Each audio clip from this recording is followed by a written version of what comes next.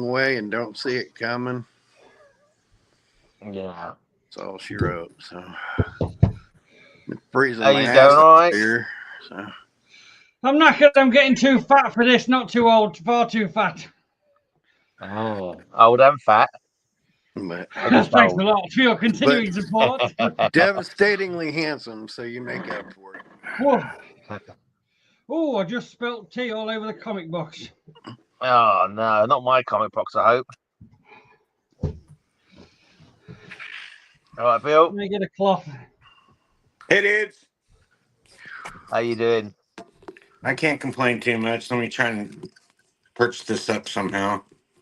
How cold is it down there, Bill? Not very. It's like 62 today. Oh, it's 23 here today. Jeez, that's ridiculous. 23 and windy, like -3 Celsius. Jeez. Oh, -3, huh? Yeah, it's just 62 here right now, I think. It's not bad. It's I'm raining. hoping Mark comes on. He got some of my autograph things I Hi, sent him Darren. graded, so. Just hand. Hey, Tempus. Tempus, you have to give us your email sometime so I can contact you. Jazz hands. Yeah. And then we got to remember next week we got Andy Williams coming on. So yeah, what's that about? You have to tell me what that's about. Was that the guy who did the quiz with us? he does comic book art and stuff like that, and he's done some original art for Mark. But he's best known for Moon River, which Moon River. But no, well, he's the guy. Him and my buddy Steve were the guys when Mark left his banner there at the first London Mart. Okay. They're the guys that gathered it up. So they're my mates going back 10 years. So. He's coming to talk about art, is he? Yeah, he's going to come on and talk about art, show off some of his comics. He's got apparently a pretty decent comic book collection. Okay, he's fair enough. Well known in the British community. Lecho, is that Tarzan? There he is. Hi, guys. This is one of the only new Neil Adams covers ever. I didn't actually ask Terry if he was coming on. I put the link in the thing, but I don't know if I actually asked him. I thought he was just I'd message you just in case.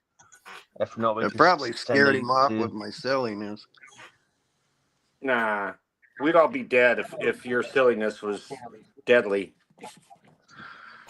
Yeah, we would. You guys are my inner circle. We've been gradually inoculated. It's like, you can survive arsenic if you take it in small doses for long enough. Oh yeah. I don't think I'm comfortable being described as Kyle's inner circle. That's too much like a blinking sphincter joke. You are my O-ring. Or a circle jerk. You guys are my O-ring. God dear me. I'm scared now. Is it like you are my sunshine? You are my O-ring, you are my O-ring. You kill me. My only O-ring. No. I feel shitty. Mark, I love seeing those books. I'm sorry that 2 only came back 9.0s, but I love seeing those. Yeah, fine. It was mainly for the autograph authentication. At least they came back as authentic. So, are there other ones of that Tomb Raider on the census? Actually, I can't find another one. I did find it once, but there's none on go. It's quite rare. It's a bit of an odd one. Yeah, Colin black and white Sylvester 9.8. Yeah, that's worth 400 quid. I was like, that's beautiful, gorgeous. What was worth that? So I got it. I've got a Brian Bowler. He did a Joker He did a cover for Joker Year of the Villain, a great Joker cover. Oh, the one where he signed on his head. And he signed it on his forehead, on Joker's forehead. And it came back at 9.8. So it's about 400 quid in the 9.8. Wow. Absolutely gorgeous comic. It's all right, isn't it? Is it 400 quid and a 9.8 just for the comic or with the signature? No, that's the signature as well. Okay. What was the pre-signature price? Right. About 300, 250? Oh, less than that. I think 9.8 was about 200 without the signature. Still very nice, very nice. Yeah, that was a result. Can't complain. This one is not signed. So you just want dibs on my signed comic boxes now, Mark? I'd have to have another trip up to see Darren when I've got some money. Yeah. Yeah, he'll help you sort out the situation of having money. He'll find a way of making you not have any money left. That's so nice of him. That's a skill that he's acquired. I am going to be curious what that Panosian sells for when you sell it, since I have another one. So. Yes, I had a signed one before, and it sold for 100. But that one's better because it's got a remark on it. So, yeah. But so the one I sold was a 9.8, I think. So this one's a 9.6. So probably similar amount.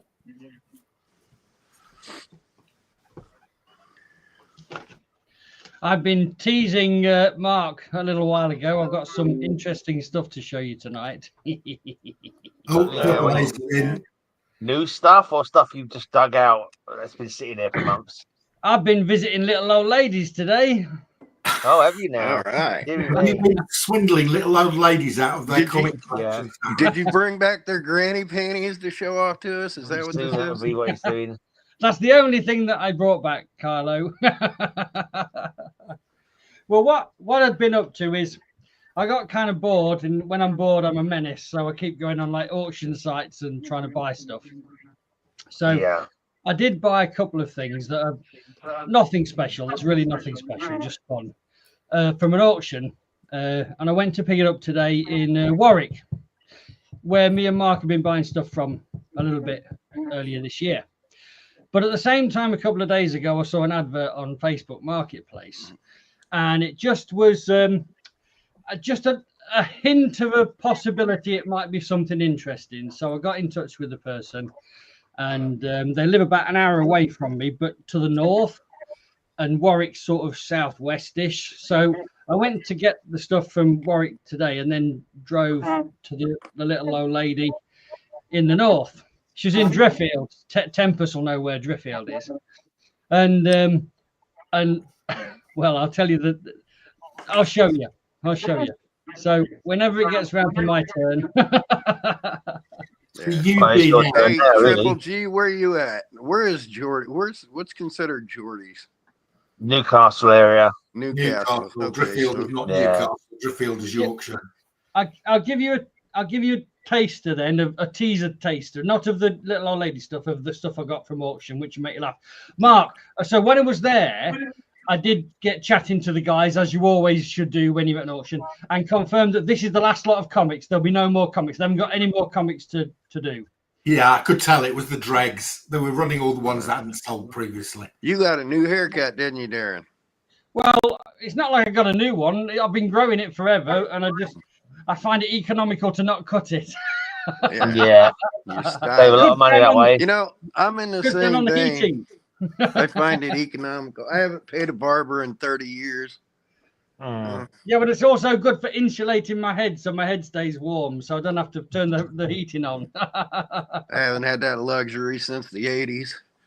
So this will make you laugh. This is part of the dregs, right? So in the Warwick auction, part of the dregs, Mark, this lot came up, and I just chuckled at it, and no one wanted it. And he said, "Will anyone give me £4?" So I was like, "Yeah, I'll do it."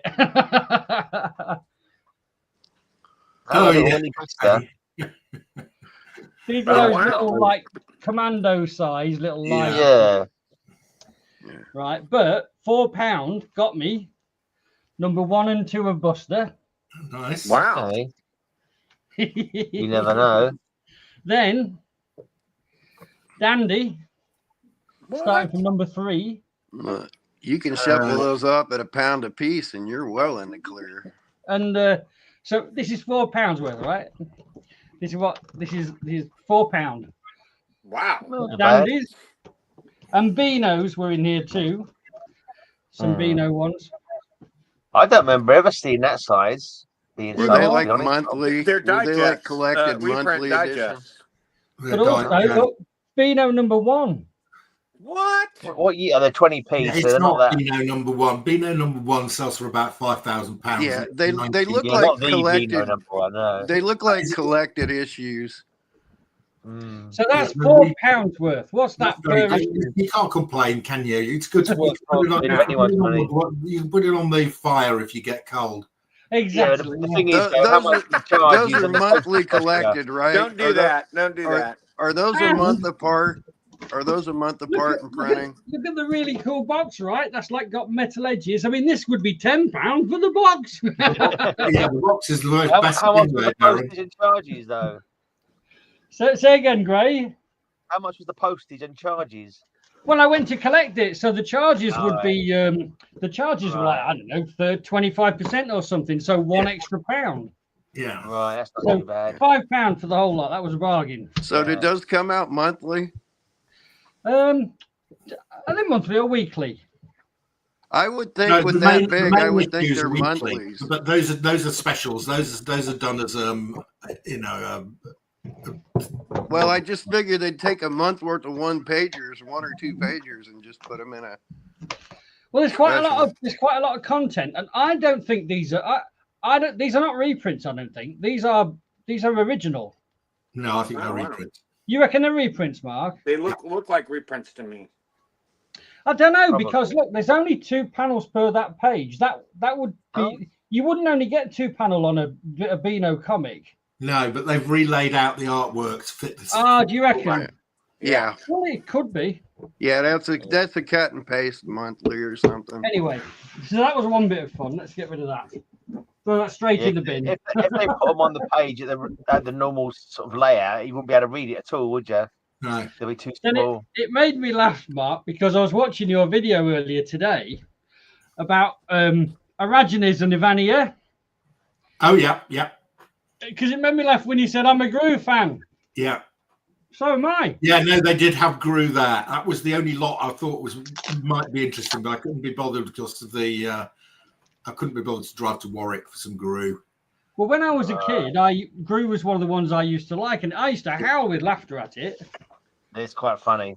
So it's a really nice set of it, and it's from like number 13. I mean, I've not had a good look at these, but I can tell that these are the worst grade. Look like so very fine. So it's very fine and near mint. Yeah, they're usually pretty good grades from that collection. Because I think that was from Mr. Rotherham. Yes, I think it was from Mr. Rotherham as well. But a huge lot of them, and I think that was the only one I was tempted by. I think there was a Spawn lot as well that was quite interesting. Yeah, I was going to have a go at the Spawn, but it just got way too high. People spotted it. I told a couple of people at the Mart about it, so I might have been responsible for that.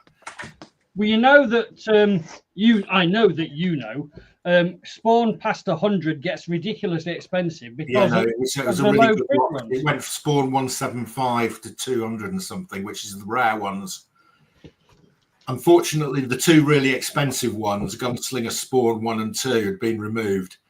Okay. Well, it might be still an individual set of comics. Then I bidded on this, but foolishly, I had to have that. Well, that's not. You didn't pay too much for it, did you? Well, it came in a lot of this stuff.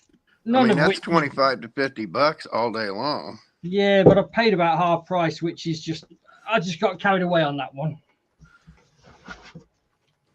What else did I get? Oh yeah, this was in another lot. Oh no, then I got a huge lot, which included these. I'll tell you what happened. There was a set of Demon in like one of them, like a big lot of about 180 comics. Yeah. Yeah. And it said Demon. And I couldn't see what was in most of the lot, and I'd only briefly read it. And I think I went to the loo while the auction was on, and I came back into the room, and the guy was saying, surely someone's going to give me more than £8 for this. And I thought, £8 for 180 comics. I just clicked it. So I think I got them for like £10 or something. But I remember him saying the Eternals from #1, the full set of Eternals from #1 is in there, and I thought, oh, that'd be all right. But it was this set, the mini-series. Yeah, which is worth nothing. It's practically worth nothing, but Great I'm Walt always happy to get Simonson art, Marvel. though. But nevertheless, I mean, we're talking very cheap comics. Yeah, they weren't expensive. They were almost selling them for nothing. But exactly, I think there's some Maverick, which is an awful comic, but some Magnetos in the same sort of thing. It was just a bundle of some Marvel for about 10p each, so I couldn't say no. That one was in there, a glossy one. Okay. It's a £5. A couple of other Magneto bits.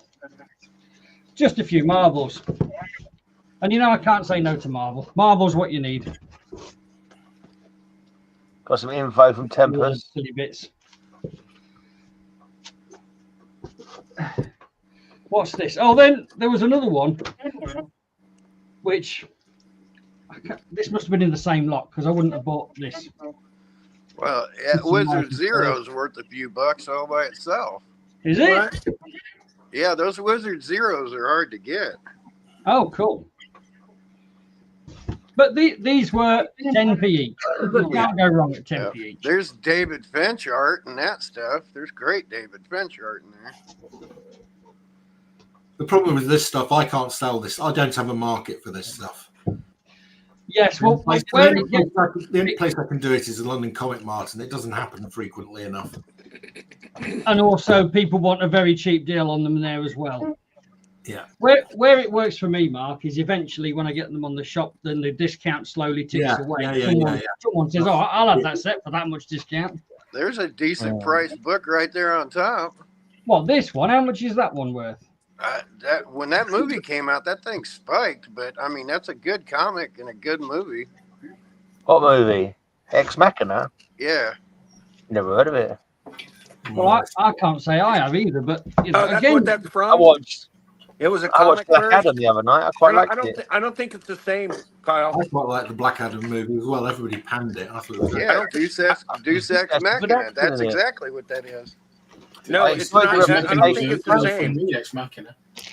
I don't think it's the same as the movie. Yeah, that's Deus Ex Machina. That's where the movie came from. Was that comic? Sure? Yeah, that comic. That That first issue he held up was it. Those were hotter than hell for 5 minutes. Those first Cable series worth books. 15 quid, Darren. Cable One. Ex Machina 1 is worth 15 quid. So That's all right. You've done all right there. Yeah. You pay 10p for that. Well, I mean, that was quite a big stack of stuff. And when that movie came out, it was worth like $50. And it's not a high print run on it either. It's one of them Image lower print run books. It's got like 15,000 print run on it. I mean, there's that box full, right? That's what I've just shown you. And I think that cost me 50 quid. So I couldn't say no. 50 or 15? 50. I didn't think the film had anything to do with the comic, did it? I thought that's exactly what that came from. That was the reason it went up is because it was an option property. Deus Ex Machina was an option property. So then, on the way back, Ex Machinas, though, isn't there? I went to see this little old lady. You've been robbing little old ladies of their inheritance again, haven't you? Now then, let's see if I can. The photo that I saw, let me just see. Tempest, I hope you're watching. You've not gone into the Gigolo game, have you, Darren? That was one of the. There were 4 comics in the photo. That was one of them. Nice. Cool. Which is an album. Manhunt. Yeah, speaking of little old ladies with books, that it would seem in the not too distant future, I'm going to be taking possession back of all the Norman Mailer autograph stuff I got from my mom and the Bob Hope autograph book. That was another one in the photo, I think. Yeah, okay. Which is one of them Strato reprint jobs. It's it's a Thorpe and Porter. And I'll tell you when I get to it. But there were basically 4 items in a photo, and that was my little. That looks a little bit interesting. I want to see what else it's got. Yeah. So I wrote to her, and she said, "I've got the advert said I've got loads of these, and my eyes lit up, obviously. And so I got in touch with her, and she said, "Yeah, loads." I said, "How many? Define loads." She says, "Well, my husband thinks maybe 30." And I'm like, "Oh, hey, Tempers, great stuff." Your little eyes are going, "Oh, that's about 400 of them." Yeah. So I thought, oh, 30. Well, I thought, you know what? I'm going to be in the car coming back from work. I'll just go and visit her anyway and see what happens. So I got there, and she had them piled up on the coffee table, and she said, "Oh, we've counted them. There's 55." Ooh. Wow. So this was like the first pile I looked at. This is a dust jacket from a book. Okay. There is no book. There's no book. From Your pillar quid's to in there, post. mate. Hi, Hey. Kenneth. Your quid's in there. Quid's in there, exactly. Then she said, "There's a dirty one in there. There's a dirty one." So That's I what looked at that's this, what I cover for, the cover and the dirty one. this was the dirty one. I said, "It's for women, not for men." Probably yours. Well, it depends on the man, mate. Depends on the man. Yeah, Oh, yeah, yeah, there that you looks go. gay. That looks pretty gay. Oh, that wasn't her Well, husband. that's the old. That's. I mean, that is. Under the There is no mattress for cover on years. that, so maybe that's on someone's wall. But that's. I can't even tell the year, but that must be pretty. Anyway, that wasn't. Well, hey, at least the pages aren't stuck together. So was that her comic? Was that her comic or her husband's comic? I don't know. Well, the story That's she not said right. was her dead uncle had left them in one of his Yeah. cabinets. They must Oh have done yeah. And he Clears was the a house. lifelong bachelor, I'm guessing. Yeah, bachelor uncle. Yeah, confirmed bachelor uncle. it. Then there was this. It's old, isn't it? Well, that's Now, what- nice. How old is 106. that? Well, it's old, but, 50s to me. 1965. It says it on the front. This is Ah. kind of a. Well, it's got a big rip there, but this is Yeah. kind of a magazine for newsagents, and Yeah. and it's got stories in for people in the newsagent business. But I think there was also like sort of an old previews or something, because this is the check of publications and price changes and stuff for what they had in the shop. So that's kind of a weird thing. Nice I have little no piece of interest in history. No. Then there was this big magazine. Oh, Climax. Climax. Well, as well. It's not got scantily clad men in it again, has it? You would think that scantily clad men one would be called Climax. So is there was unusual that, which name. I don't know what that is, but it's not really of any interest to me. That's the lesser known Climax magazine. Herbie and the Reach Arounds. Then there was this little pile, quick flash. So to start with, this is a pulp mark. Nice. Yes, it is, but it hasn't got a cover. So If it's that not- had a cover, that'd be money right there. So there's no front cover, obviously. There is a back cover. Nebula number 25, Yeah, that'd be a money book if that had a cover on it. 1957. That's they're of worth- no they're interest not to me. Right, they're not worth that amount. Even with the covers, they're about 10, 15 quid. So I've got- any of you boys wants that, is yours for free. Then there was this. Shit, angle line. That might be worth some. Yeah, You there never you know. go. Now you're talking. It could be worth something. It's That's possible. pretty Could be neat. worth something to a cricket fan. I mean, that's small. Yeah. Look at it on the side of my head. That's pretty Yeah. small. Yeah. It is old, 1956. So, Is it in but good then we condition? started getting something slightly more interesting. I've got a baseball equivalent of that from 1913 that I've been offered a couple thousand for. So Coverless, no good. It's- Why have all the covers gone? That looks like an old Star Blazer or something. Coverless. Ali. At least it's got a back cover of Dickie Who is it? Valentine. Down whoever the he back. is. well, you would figure he took off the In that covers fucking and month, posted them on Dickie the wall. Valentine. Was that Dickie Dickie Valentine. Valentine? Yeah. I don't know what this is. It's some coverless book.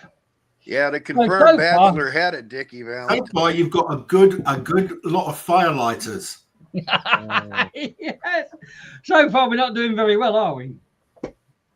Right, then there was this, which I like. This You make kind of her thing. Okay, so that's make her pay you to take it away. Exactly, Gray.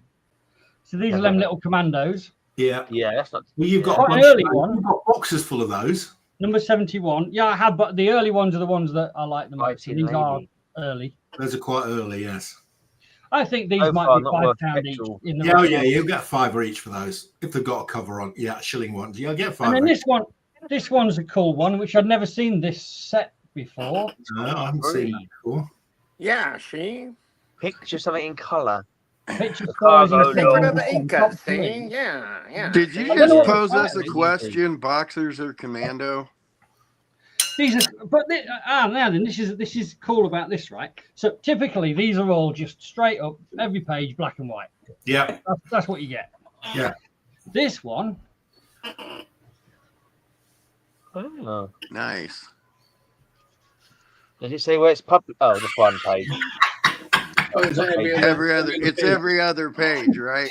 I've got some of the Marvel UK ones are like that. So Yeah. they're partly Every coloured other and page. partly black and white. When they can afford to do them all in colour.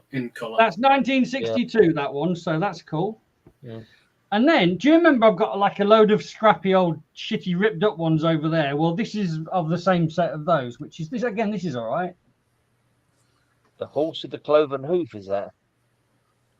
Vic Terry and the horse with the cloven hoof, exactly. Who's Super Vic Detective Terry? Library, number 289, I think. Yeah, so they're all right. But if they're part of the 55, I'm crying. You know, I'm crying into my tea at this point. Yeah. So then I got onto the other pile. So this is where it gets slightly more interesting. So remember, this kind of stuff is what was in the photo. Oh, it was a Justice Traps the Guilty was in another one of the ones in the photo as That's well. nice. That's worth a few quid. It's probably worth a tenner. Well, that's number 39. And condition again. These are very Alan Class sort of things. No, it's Thorpe and Porter. It's the same sort of era as Alan Clark's and Len Miller. Yeah. So when I saw her photo, I thought I'd be going for a ton of those kind of stuff. Yeah, that's what I would have thought as well. Yeah, nice. These are nice. These are nice. They are nice condition. Yeah, That's those. Yeah, they've been kept in that drawer for I a might long buy those time. off you if I come up and see you. They're not bad at all. Some of those are in the Dobson collection, but in lower condition. Oh, but then, Mark. Oh, there we go. Now we're talking. Oh, Number that's nice 15. condition. Yeah, that's nice. That's a 15 quidder. Nice and clean. Very good. That's very, very good. What number is it? Is it 15, did you say? Number 15. I think I've got it. I haven't got it in Holy that. shit, that is early. Yeah, it is early, yeah. That's early 1960s. Here's a And I funny thought, one for you, Gray. I've got an original Justice Traps the Guilty sitting on my to be mailed out pile for Santa. All right. I talk to her about once every 6 months now, but it's on her pile to go to her eventually. Okay, if they've got more like these, it was worth the trip. Oh, nice. Yeah. Now that I You're a didn't even menace know there to was a F.A.R.T.s. set of those. Yeah, I've got a bunch of them. In space. Yeah. Just great, Nick. Great, Nick.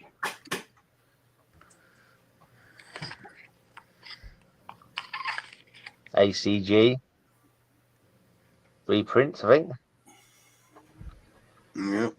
And I'm just seeing a big pile in front of me of this kind of AGC, stuff. I I'm mean. thinking, this is all right. This is worth the trip, I'm thinking. Yeah. Yeah, nice. How much did you beat her up for them? Well, this speaking of beaten up, this one's beaten up. That's number 2, though. That's a number 2. I think there might be more than one sets of this, so I've got to figure out if it's set 1 or set 2 or whatever, but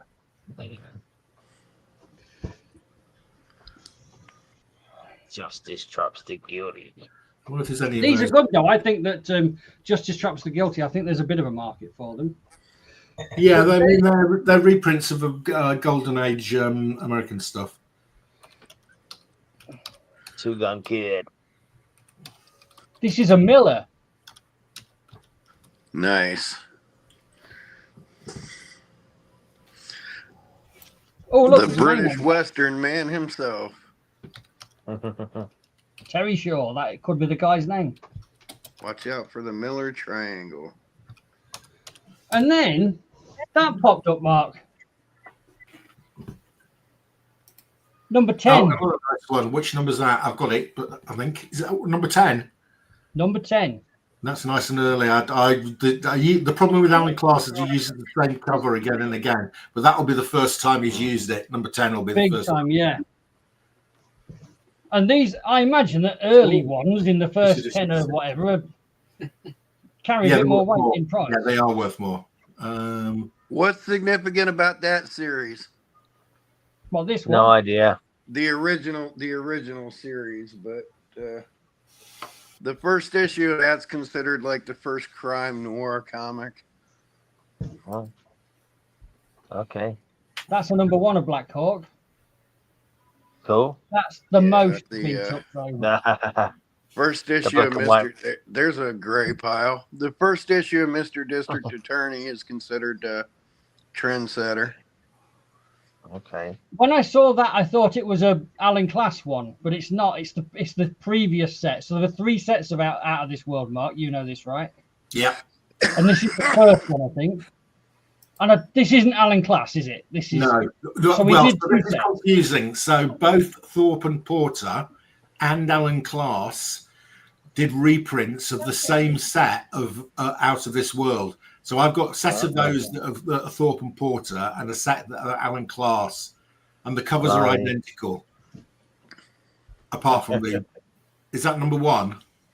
This one? No, it's not. What? Of Justice. Well, that's the St. Valentine's Day Massacre. 3, that's number 6.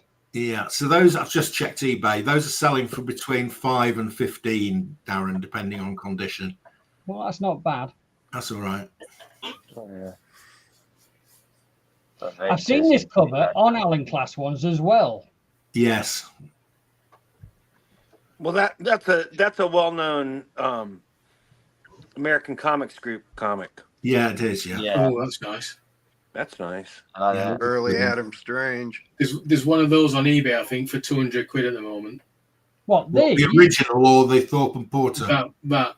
I think it's the that. Thorpe and Porter one. This one? Yeah.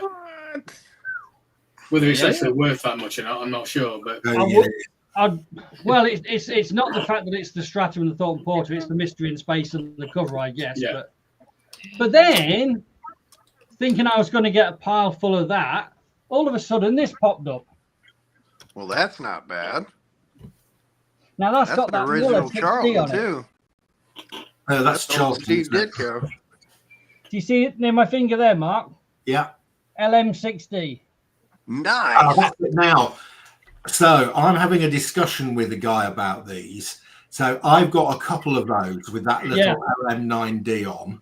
Yeah. And I think this is right at the end. This is when he was in receivership.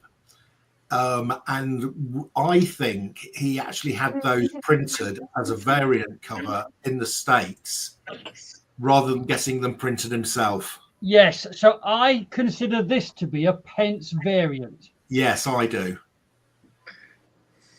Great minds think alike. I agree with that. And so does one of my viewers who picked it up on one of the comics that I showed, had the same thing on it. It was a romance comic, and it had a little LM9D on it.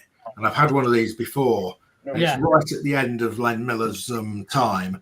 And I think he wasn't paying his bills and he wasn't able to do his own printing, and therefore he was bringing in a few as UK price variants. Yes, I have got some, just a couple, that in the stuff that we've been looking at from Dobson, I think. All right, so then I thought, well, are there any more comics in there? And then this one popped up. Nice. Oh, Dale. Oh, that's a good one. That'd be quite nice if it was in a decent shape. That's a Like Richard in Corman. real rough shape, but Richard it's a Corman nice, movie. It's pretty cool, cool cover. Roger Corman, I mean.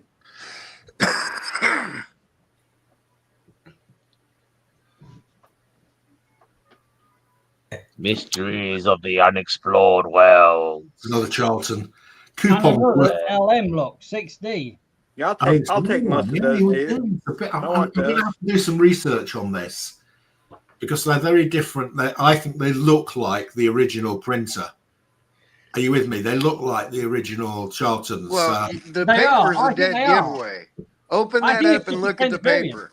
Yeah, Is it and news- also is it look newsprint and see kind? if it comes from Derby, Connecticut. It's the thing at the Indicia thing, right? Yeah. That is identical to the Charlton sent copy Indicia. There's no difference whatsoever. Yeah, I think these are UK price variants. Is the paper These are newsprint? variants. Is the paper newsprint? No, paper's exactly the same as if you had the same Charlton in your hands. Well, that's So what I'm does saying. newsprint. The It's cheaper newsprint. paper, the cheaper Charlton paper. That's Charlton. That's the way to tell, because in Britain they always had like gloss paper and stuff. So it's an original Charlton if it's got that shitty paper quality. No, Lead Miller had shitty paper. As the British comics at that time also had shitty paper. Yes, I was going to But say that then, sounded not right. After I turned that one over, Nice. Now we're talking. Yeah. There, you're into serious money. How many number of those? 93 pence variant. Yeah, very nice. I'll take it. Bill Kyle. Hey man, I've already paid him $4,000. He knows. You have, but I've got to pack it and ship it yet. You do. You better hurry, man. I'm losing money on this deal. I'm not. I'm no longer your top customer then. No, you're not. In actual fact, the truth is, of all the orders I've ever taken, Bill has beaten the top order by £100. Thank you very much. So that makes him officially your best customer. You got all those Australian Marvel, Mr. Captain Marvels, didn't you? Yeah. They were a fortune though. They're like $2,000. They were not. Oh, I thought they were. Oh, they weren't that much? Okay. They were a lot. There was some discount applied. Oh, yeah. That's true. But I'm just saying before the discount. Yes, you're right. I'm sorry. I'm not trying to say you didn't rake me over the coals. That's for sure. Denmark. Oh, sorry. Oh, wow. Now that's a hell of a good one. There's a bit of trouble at the top. What number is it? It's number 22. All that is the cover and the first page have been bent forward. Oh, okay. Once they're bent back, obviously that will create a tear here and a tear here. But that's in the big scheme of things, it's not the end of the world. Yeah. Although, to be honest, Mark, you wouldn't want this one because the end of the world is happening down there. Yeah. Okay. But it is quite an early Creepy Worlds, and I haven't got it. Number 22. Very nice Creepy Worlds. Definitely a holder copy. I'll take all those. Bill Pile. That's nice as well. That's actually looks like it's probably quite nice. There is one of them spine cracks. Yeah. Okay. Those are hard to find. You won't find one of those in the States, Bill. I will once he ships it to me. Another Mystery in Space one. Oh, that's a nice one. Number 11. Yeah, nice cover. And that's an ad for Classics Illustrated on the back of that. Gotta love that's that. awesome.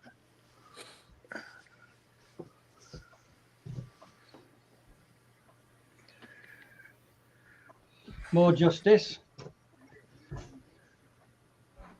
So this is in the order that I was looking at it in her house. So you know, obviously I'm getting excited at some and less so at others. But That Strange Tales is a jaw dropper.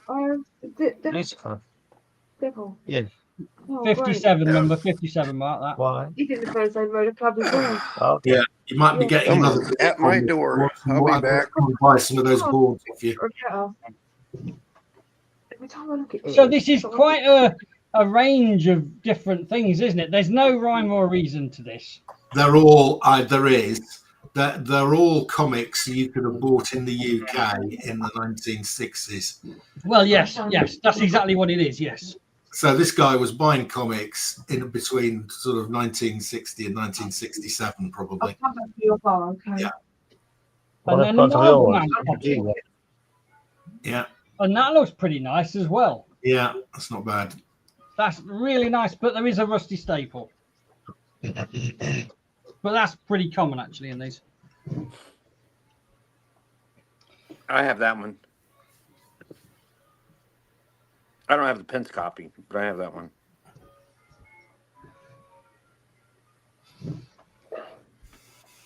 Uncanny Tales. Dude, I want all this. This is great. Number 68. Yeah, nice. We've got about 10 more to go.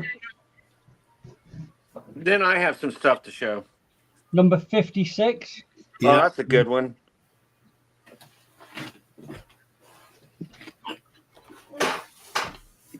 And then this is a thick one. That's what they said about me. Wait, what? Right, so that is very nice. That is a very early Al Miller and Son. So he had his own title called Mystic. Yeah. He used to do reprints inside it. It ran for, it was quite a long running. That's how very early. I reckon that's 1950s. I reckon you're into the 90. I reckon that's probably 1954, 53, something like that. Well, but Mystic ran a long time because wasn't Doctor Strange featured in Mystic?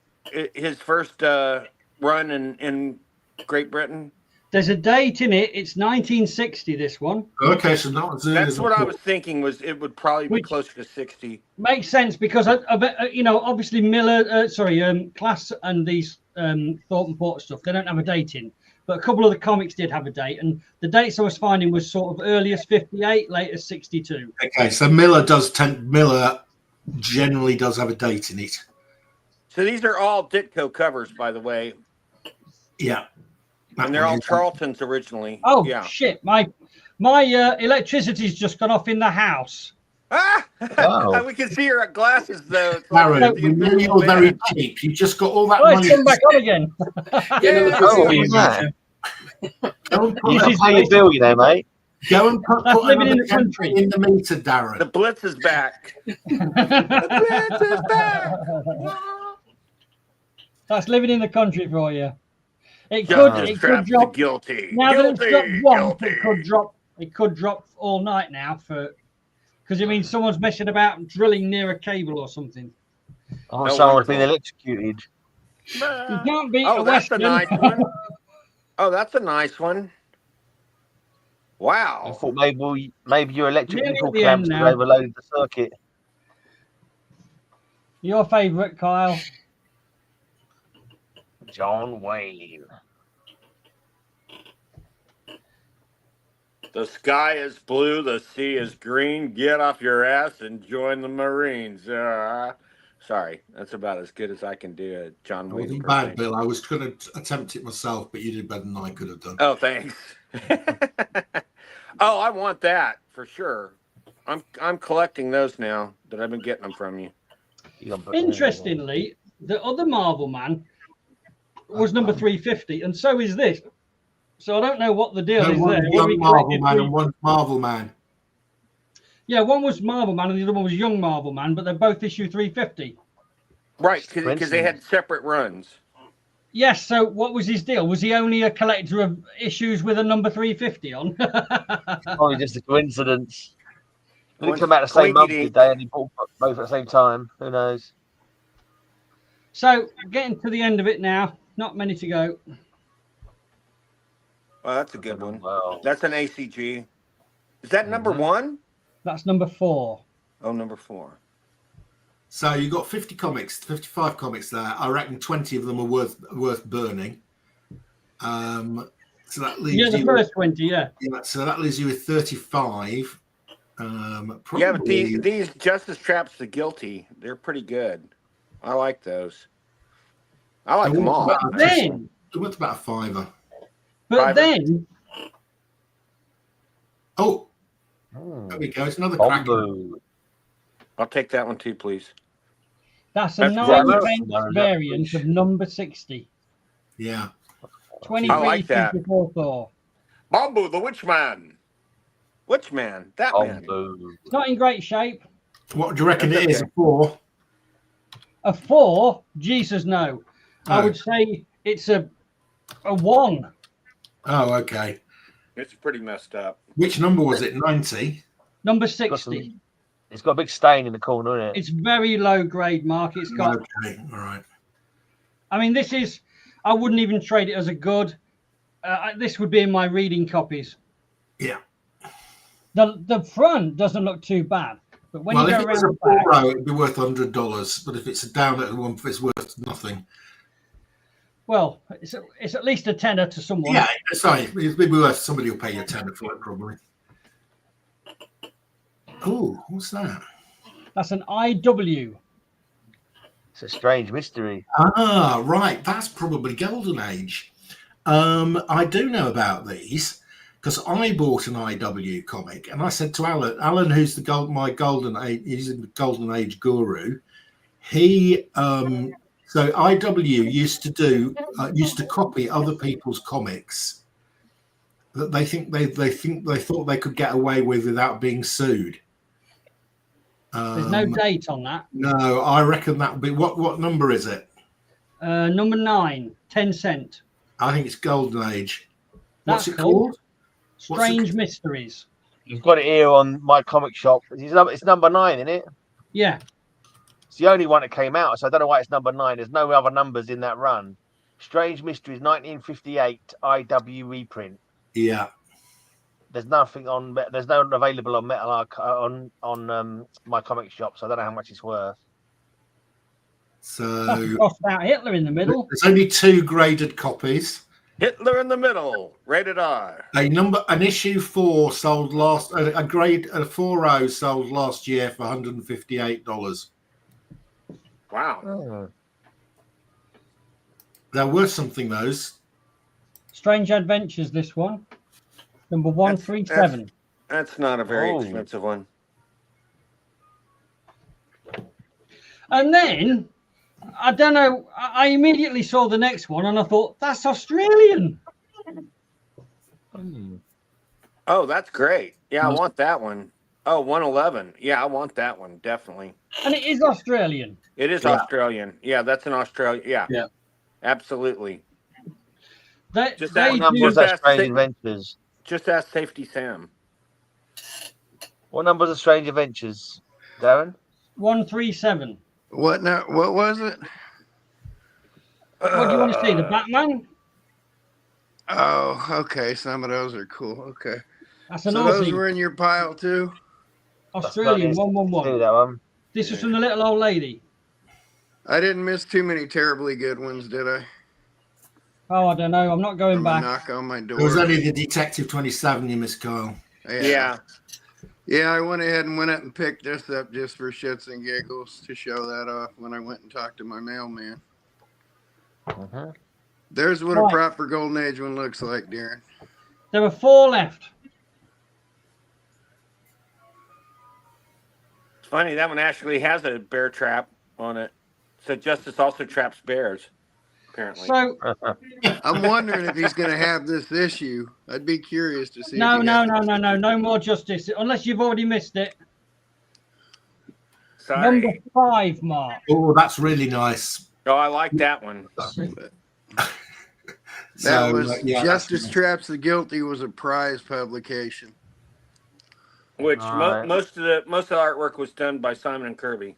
That is nice. For number 5, imagine, with the extra age there. In that October condition, of 1957. Yeah, that'll be early 60s. Oh, wait a minute. That's Secret of the Unknown, I think, started later than the others, so it's probably mid-60s. I don't know which way. Okay, this one, I think. Then this one popped up. All right. Yep. Thorpe and Porter were peculiar. Which I thought was cool. Another Classics Illustrated ad on the back. Has that got stuff other than the Flash in it? That's a good question. First story is the Flash. Second story is the Flash. Then it changes. Then it's not Flash. So it's got 2 Flashes and about 4 not Flashes. Yeah, there's a few on eBay at the moment. One of them's got mostly Wonder Woman in it. But then I was delighted to see this. Oh, there you go. I say. That's nice. What number is it? 135. Wow. I love that. I have the American version. Oh, I have that one. That is the American version. Yeah, no. I realize that now. Yeah. 1960. So I was dead tough to get a Batman in there. Mark's got Batman 1.5. Don't think I've had that one. So that was my little adventure to the little old lady. That was a nice and one.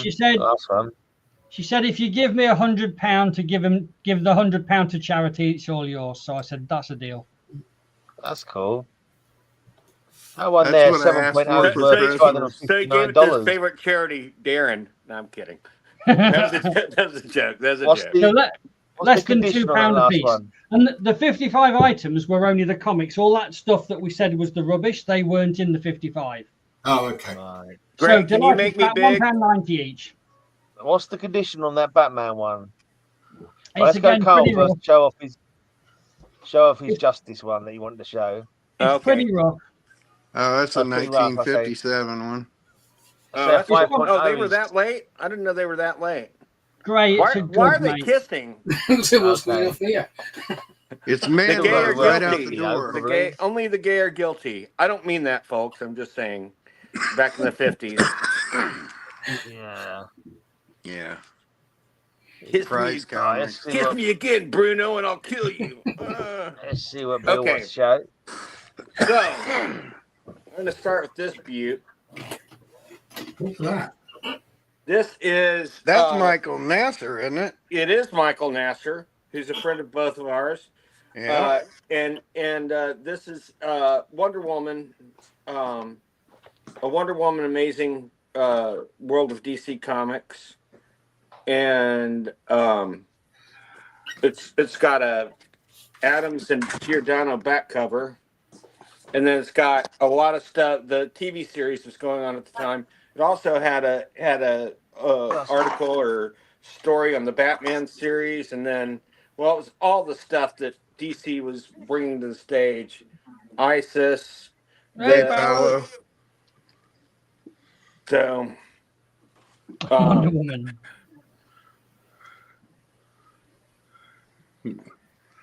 there she is making a face like my mom. My mom used to make that face all the time, and she'd get upset with me. Disapproving. Yeah, to go, Bill, very if you wet your disapproving. nappy again, come on, you're nearly 7 now. I know. Come on, Billy. You got to stop doing that. What the Michael, hell? I thought would have been a fun eclectic guest, but just wasn't enough It interest. was all that purple haze he was drinking at the time. Yes, they hadn't even created it yet for the, this is a John Rosenberger, although it does look kind of like Neil Adams, but it's a story that's never been printed before, and it's a team up with Green Arrow and Wonder Woman, and then they showed the inked version, and that's about all the really good stuff in that. Now here, that's like what, the Wonderful World of DC? Oh, I've whatever got that that's book. called. Amazing World of DC Comics. Amazing World of DC, yeah. Now this was released, believe it or not by DC, but was released by Ms. Magazine, and Gloria Steinem did the intro for it, and it's got awful lot of color stuff, but this came out in 1972, so this came out a really long time ago. DC did acknowledge that, right? They were a part of it. They didn't release it, but they were a part of it. Right. They probably would have released it if they hadn't.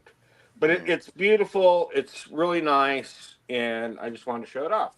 Now I've got one of those, Bill, from the what Dobson else did collection. the guy that created really? Wonder Woman? Hey, here's some trivia, and it's some easy trivia for any Wonder Woman fans. What else did the guy that created Wonder Woman invent? The lie detector. Yep. Well, it wasn't the full lie detector. It was one of the elements that eventually went into the polygraph test. It wasn't the full thing. It was one of the elements of it. It was the entire thing. He bound and gagged his wives with it to test it. I'm kidding. I'm kidding. You are right. You are right. I just had to say that. Sorry. So he lived in a throuple, by the way. That's what the kids call it today. Yeah. Now I got this 2 days ago. Cool. Nice. Really Mark, nice do you have those Planet bound volumes handy to show off? Yeah, I'll show them on my turn. Oh, good. I want to see those. Then I traded just a handful of Marvels from Silver Age Marvels for these. I got 6 issues of Mad. You look old. It's the Mad comic, by the way. Yeah, they're pre-issue 21. So where they were the great. I love those. That was my introduction to Mad, the miniature of that in the magazine.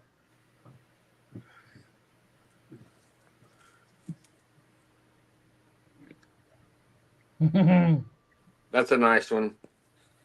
And then I got these. These are really nice shape, considering how old they are. Well, they're wartime, right? That was a wartime off the yellow background.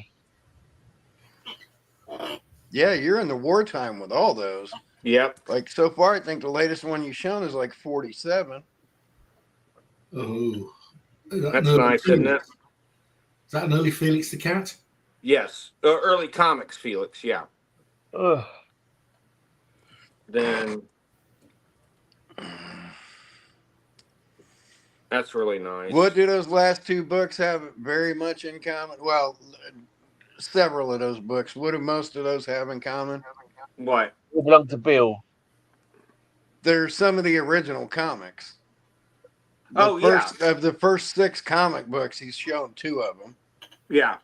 That's why, like in 1945, they were already up to issue 150. So I was really happy about this one. Oh, yeah.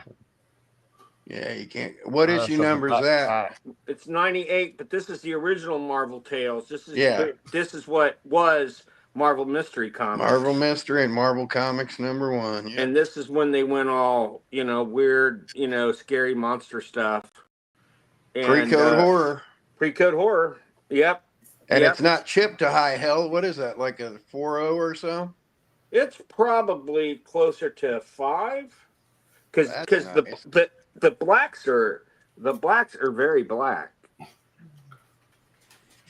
To get that without chipping, you're probably holding $500 to $1,000. Well, that's what I thought, and I looked up this one, and this one in this condition is worth about $900 to $1,100. Yeah, the Planet Comics are worth a fortune. Yeah, and I only paid $230 for this. You did well there, Bill. And he still has 5 more at the store. So I may have to go back, but I need to kind of cool it right now. I've spent a lot of money lately. So with Darren. Yes, with Darren and with some other comics I've been buying. And Uncle Darren has advised Bill that a fool and his money is soon parted, and is not a race to spend all the money. No. Well, there is with me. I've got a provenance collection that's just waiting to be scooped up. Just waiting. But and then let me show you some other stuff real quick. Hold on a second. Let me find the stack. It's over here. While it is currently probably a good time to buy, you don't have to buy all the comics in the world right now just because it's a good time. I'm not. Well, I decided I'm pretty much letting go of all of my autographs. So this is pretty good, isn't it? Yeah. What number is that? Number 13. 13. It's a number really 13. Nice. It's like the 5th appearance of Captain America in the Silver Age. I think I've got it. Oh, it's a gorgeous comic. It came out from like between Avengers 6 and 7. Yeah, it did. You're right. So it's like his 5th appearance because he appeared in a Fantastic That's a Gil Four. Kane cover.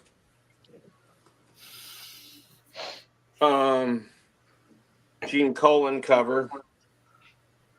Oh, you've got the Greyman comic. The Greyman comic. Which one? One you're holding. Gargoyle, Grey Gargoyle. No. This is the Dragon Man. Dragon Man. Yeah. Yeah, no, but he's grey. He is gray. He is a gray man. And Diablo doesn't have his mask in this, which I hate because I really like Diablo's mask.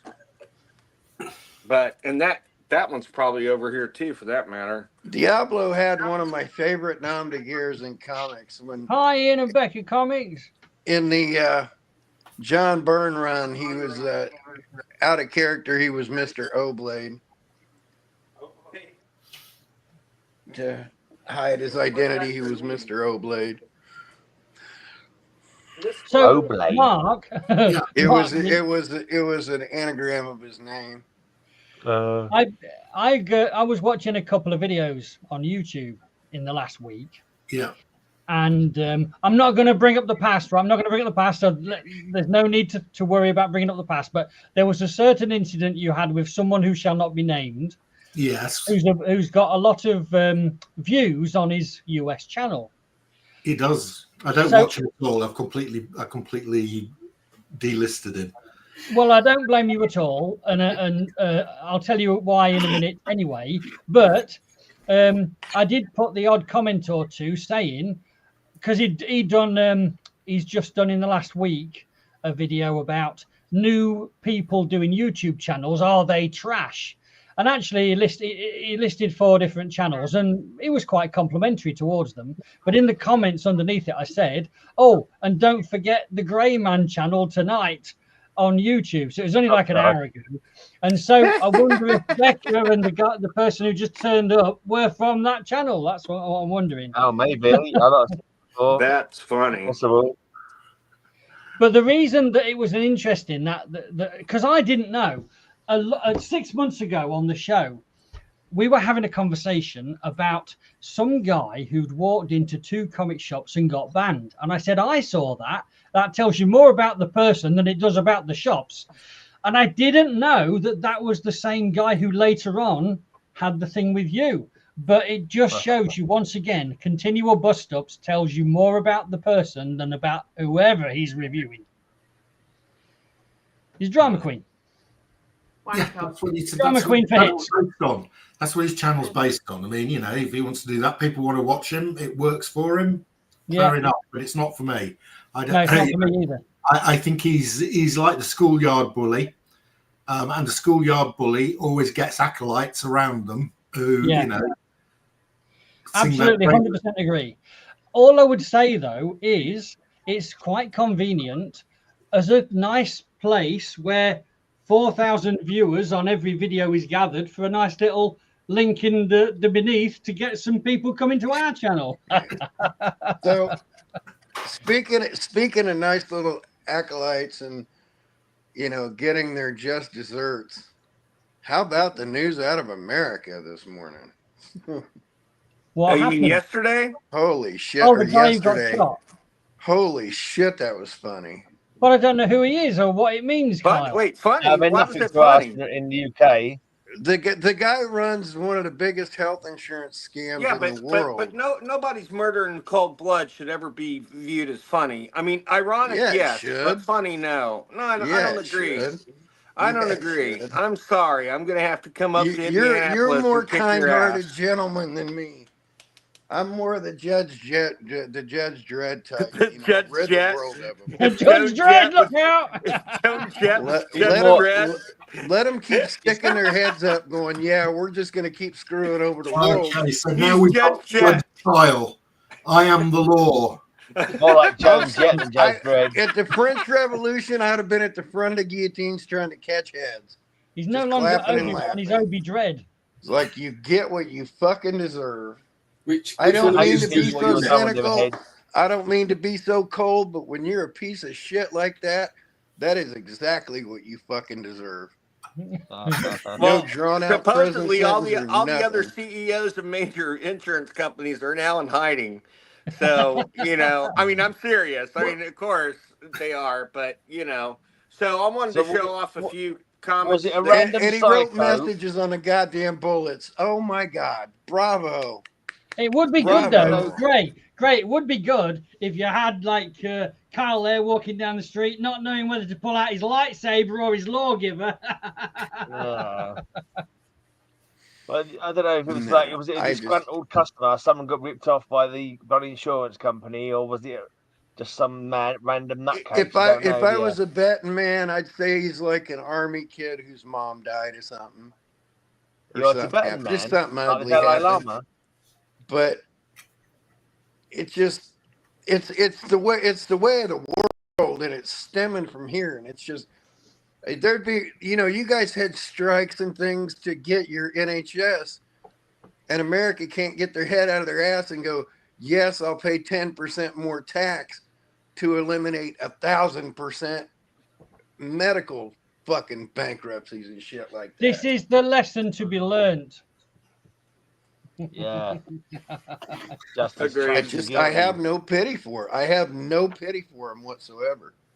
And I've always said, when it comes to the R word kind of guys or the SAs, the kids that abuse children, I will provide the bullets and the goddamn gun, and I will do a live program on television and shoot them in the fucking head, and it will not waste 33 cents on them. 33 cents a bullet. 7. There's your rehabilitation for them. Number 7. That's a Greyman.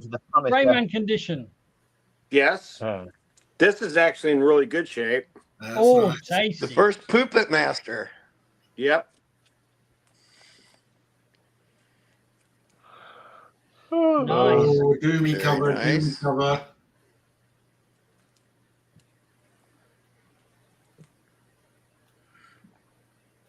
Nice. But yeah, so be it. 33% more to keep people out of medical bankruptcy. Where are you pulling these from, Bill? Most of these are from the collection. I just don't know if I've shown them off yet. Most of these I'm keeping. Are the keepers? Well, there you go. There's a winner. First Falcon. My birthday brother, September 1969. Is this And that's 69? going to go up again. That's at another peak because the movie is about to come out. September 69. I know, it's my birthday book. Did you guys watch the first 8 minutes of Craven? You can now watch the first 8 minutes. I sent that in. That looks good. That's always looked good to me. I think it's going to be good. Very nice. I don't think it's going to be great, but I think it's going to be good. I like that one, Bill. It's actually really good. It's nice, really right? Good. I watched Black Adam this week, so that's my watching for the audience. That's not terrible at all. It's not as bad. There's a nice book. 2 first appearances. And that's going to spike. Huh? Is it first appearance of Annihilus? Yeah. And an even bigger first appearance, especially when the movie comes out. Franklin, is it? Yep. First appearance of Baby Franklin. Oh, wow. I hadn't even thought of that. That's a double key. And that's actually going to spike with the movie because it's already out that he's in the movie. That's nice. These are all crackers you're pulling out, Bill. I know, right? These are really nice ones. I may have to come over and murder you. Oh, that's a beauty. Okay. Oh, thanks. That is a beauty. I love that one. This one. Watching color TV before color TV was a thing. If you're going to murder him, Mark, make sure you write messages on the bullet. Yeah, okay. Keep Carl happy. Well. These are great condition. I know. I don't see a bag and a board on them, no. Yeah, these Bill, don't. Most of them do. Boards. I will. I'm getting Oh, around you to got it. Most of them. all the early ones are bagged and boarded. These are early ones. These are early. That's a key. That's a monster key. Falcon was 55 years old. How old do you want them to be before they get a bag and board? Now, there's the third appearance of Captain America in the Silver Age. Third? That's the third appearance of Captain America in the Silver Age. Wow. Bill, you should not be showing them. You should be protecting them before you show them. Okay. These are genuinely. These are too good to be showing. Try not to put them down in the purple haze puddle, will you, Bill? I will not. Yes. Do not drop your bottle of purple haze on these. They're crackers. They're absolutely fantastic. No pun intended. And again, the price is going to skyrocket because they will not do that movie wrong. Anyone watching this, try not to have nightmares at Bill showing off. Bill, please, Bill,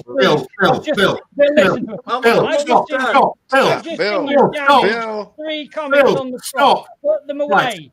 If you carry on doing that, Darren will have heart failure. Okay. I've just seen 3 consecutive spine ticks created by a man who doesn't give a shit about the world's best comics that he's managed to fall into his lap. It's only Marvel stuff. What's your problem? Protect the comics before you damage them, for God's sake. the way you held that Fantastic Four, I could see Darren going.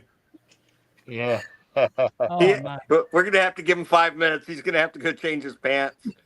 But Nobody cares about that we'll do Marvel it anymore. You probably just wiped $1,000 worth of value out of your comics, mate. I have not. Do you know? I To was me, very it's careful. not the money that counts. It's the fact that it's a piece of art. Yes. And if you had the Mona Lisa in your hand, you wouldn't go there and put some glasses on it with a Sharpie and think it's funny. So if I had the Mona Lisa in my hands, I'd be holding it in my left hand because I need to keep my right hand free. God, you're Thanks, Kyle. horrible. You're horrible. Yeah, thank you for that visual. Show. Thank you so much for that visual. Even though I think the Mona I'll never Lisa, I'd have to put her get on out a of my head, stand you know. Mona Lisa's a two-handed job. So Tempers, you got any new comics this week other than what you showed on your video? I've got You some. can show them again if you want. Didn't you have some stuff to show, Mark? I've got my bound volumes. I'm just going to take all my stuff out of the bags before I show them. Oh yeah, good idea. Yeah. Like flags. So these I picked up from the guy called Malcolm, who runs a sort of 6 weekly to 2 monthly auction. He's been around for a long time. He's been doing it for a long time, and he's got a good name. And I have bought quite a lot of stuff from him in the past. Anyway, these two appeared on his latest auction, and it's Planet Comics in a bound volume. Wow. There's two volumes. So we have got issues 43 to 53 and 54 to 64. So there's 11 comics in each volume. And my comic is in there.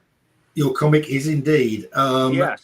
And so these, as you can see, they belong to somebody called RCS.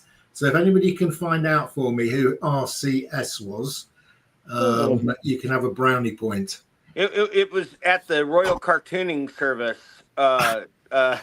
Royal Cartoon Society. Probably. Yeah, Royal Cartoon Society. So you can see nicely bound, and then you get.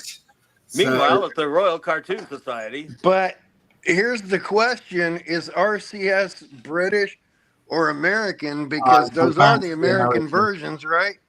Look at this one. This one is one of my favorite covers. Yeah, it's a beautiful cover. Bubble. Girl in a bubble. There was some really nice stuff in that auction. Who was the boy in the plastic bubble? John Travolta. John Travolta. You know, you've got the complete comic in here. It's a really good way to read them because you can read them without damaging the comic or you know, it's so nice and bound. It's all sort of and the condition of these comics. I mean, if these comics were, I added these up. If these were raw comics, if these were not in the bound volume, there's £15,000 worth of comics here. At least. And they're worth every bit of that, but nobody appreciates the fact they're bound with the covers. I mean, they're like new, these covers. The biggest problem with those that people have is they had to trim the covers. Yeah, you've got to trim them. Yeah. And some trim them, more they than consider others. that a defect and damage. Yeah. There's your one, Bill. But I think mine's got a better color to it. Oh, it does. Mine definitely looks bleached or something. That's gorgeous. Oh my God, that's gorgeous. Well, Paulo, she wasn't that hot, but I'm a sucker for ugly women, as I've proven. Dude, I hope your wife comes in there and clobbers you, dude. Kyle, we've Your wife read your is poems gorgeous. about Why would cats. you even say that? I can make the joke. I showed pictures of stripper four-ways I've had. I brag about how beautiful again, my wife scarring is. our eyes forever. My wife is a Only good thing is 55-year-old Kemp has knockout missed that gets carded episode. Thank walking God. in the bar. He still So has his eyes. these covers are all by an artist called Joe Dooley. And they, you know, the reason why they're worth a lot is because of these good girl covers. Scantily clad ladies. Mark, what's really cool about them is that they're very oversized characters. Like they fill the page. The people fill the page. They do. Look at that. It's awesome art. I'm guessing Alan's going to buy those off you, isn't he? He's not. I'll buy them. Well, I will buy them. I will buy them. Well, they're expensive, Bill. I know. We'll talk later. Okay, that sounds good because I love them. I mean, they're fantastic. They are fantastic. So that's volume 1. Volume 2's got some even better ones, and it actually has got the most expensive Planet Comics cover in it, which it's not that one. It's not bad. Oh, that's gorgeous. Mark, quit holding that cover wrong. You're going to bend the spine. No. The spine is solid. I put my comics up for the day. I don't want to. Look at this one. I've actually got this one. I bought this one in about a 2.0 about 2 months ago. Oh wow, that's gorgeous. But that's a lot better than the one I bought. Yeah. Here's the money book. Oh, 100%. Yeah. The bikini book. Because that's what, 1947? No, look. If you had that in 9.8, you'd be 150 grand better off. Naked Raymond. Is that 1947, 48? Naked Robots. I'll tell you in a second, Kyle. I think it's earlier. 48. Yeah. Oh yeah, that's good, Kyle.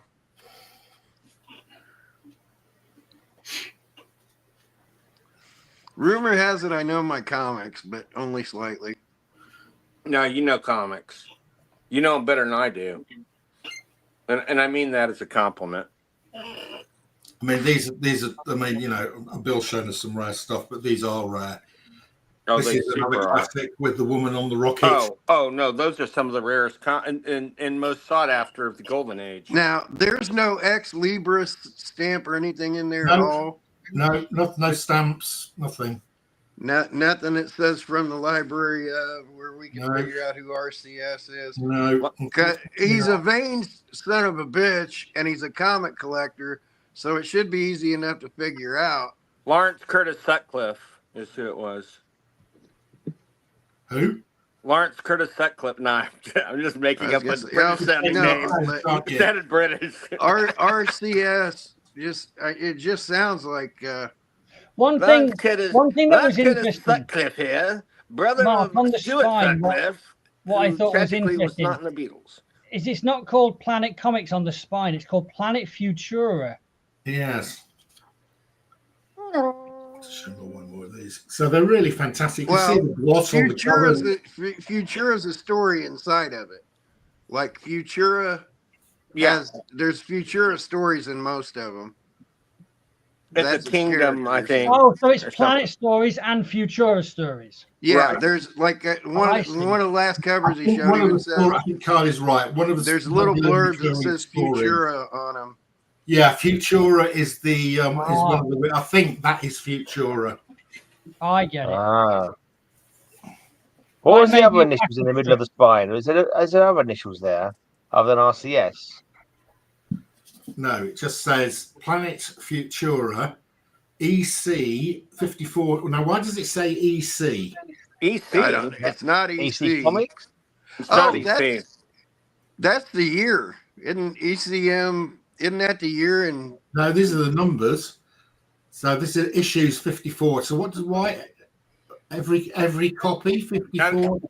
No, they were Fiction House. Yeah, it's not DC Comics. So EC means it's like IE or EG or whatever. It contains like issues. La-di-da-di. The initialization of what a Latin word. Oh, is it like Latin or something like that? Yeah, it's Latin meaning for it contains these books.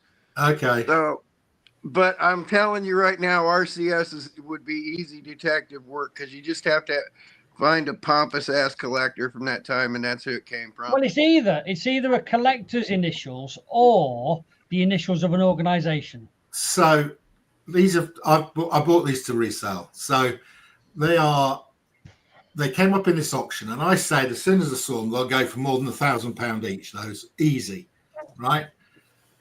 I then talked to Alan, and he said they're not worth as much as the individual comics because they've been trimmed and they've been bound.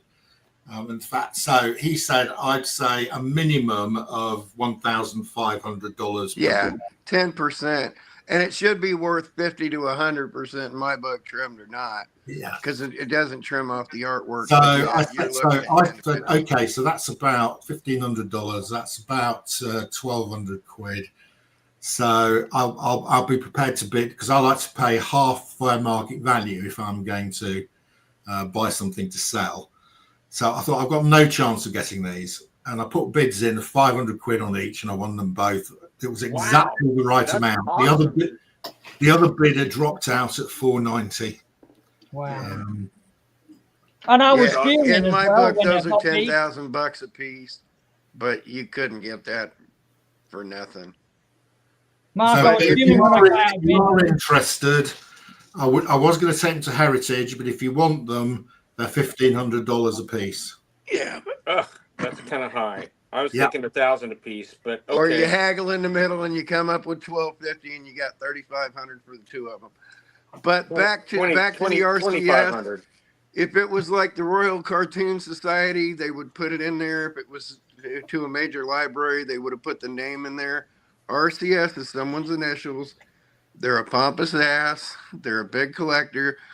They're a name on the level of Frank Dobson. They're probably American. Since they're American editions, they're probably American. I'm telling you, it wouldn't take 10 minutes to track that down with a good computer. So well, there we go. I think Darren, I had a quick look and I couldn't find anything. No, we couldn't. Well, yeah, but only searching the surface. Yeah. Let's talk, Mark. Mm-hmm. Yeah. Let's talk. Okay, what are you drinking? I'm drinking a Malbec. Oh, one of my favorite genres. It's an L. You put those comics away, Bill. Yes, I did. Who was I didn't want to despair Darren further. He's right. I mean, I'm not saying he's wrong. He's right. Yeah. I'm just. We all know he's right, mate. The fucker from Metropolis Comics with the big funny last name. But I have to keep him not pissed off at me long enough for him to mail my stuff to me. Phil, look, what you got to do, right? All you got to do is you're going to do 10 minutes preparation for the show. Whatever stack you bring to it, you're going to say, I'm going to show those on the show. 10 minutes before the show, you bag them and you board them. Okay. Then they're protected. Okay. Roger Wilco. Mark, do you have old copies of the Overstreet Price Guide? No, I used to have, but I put them in the garage and they got damaged. Guys that were consultants to that, RS, like Richard Starkings from Indiana. He's one of those type of guys that was an old historian. Oh, I know who guys like us from 30, 40 years ago. I know who might know. Do you know what's his name? Stephen Gentner. He was an advisor to Overstreet. He's a guy I interviewed on my channel. Is in his early 70s. I have a that lot. Or Bill, here's another one that'll give you a clue. Bill, think back to the 70s and early 80s and the backroom guys at San Diego Comic-Con, where you had to be the shit to walk through the door, and they just turned their nose up. Yeah, I'm a little embarrassed. I couldn't answer it right off the spot because I'm kind of one of those guys. It's one of those guys. I'm just telling you right now. No, it probably is. He's the pretentious one that they had some money. Probably a trust fund kid, had some money. They have some knowledge of comics. And they wanted their own private collection. I don't think it would be that guy, because my guess is that they had these bound back when the comics came out. So I think these that bindery is 70s. Those were bound in the 1970s. I can tell you that right now. Between the 70s and 80s, those were bound.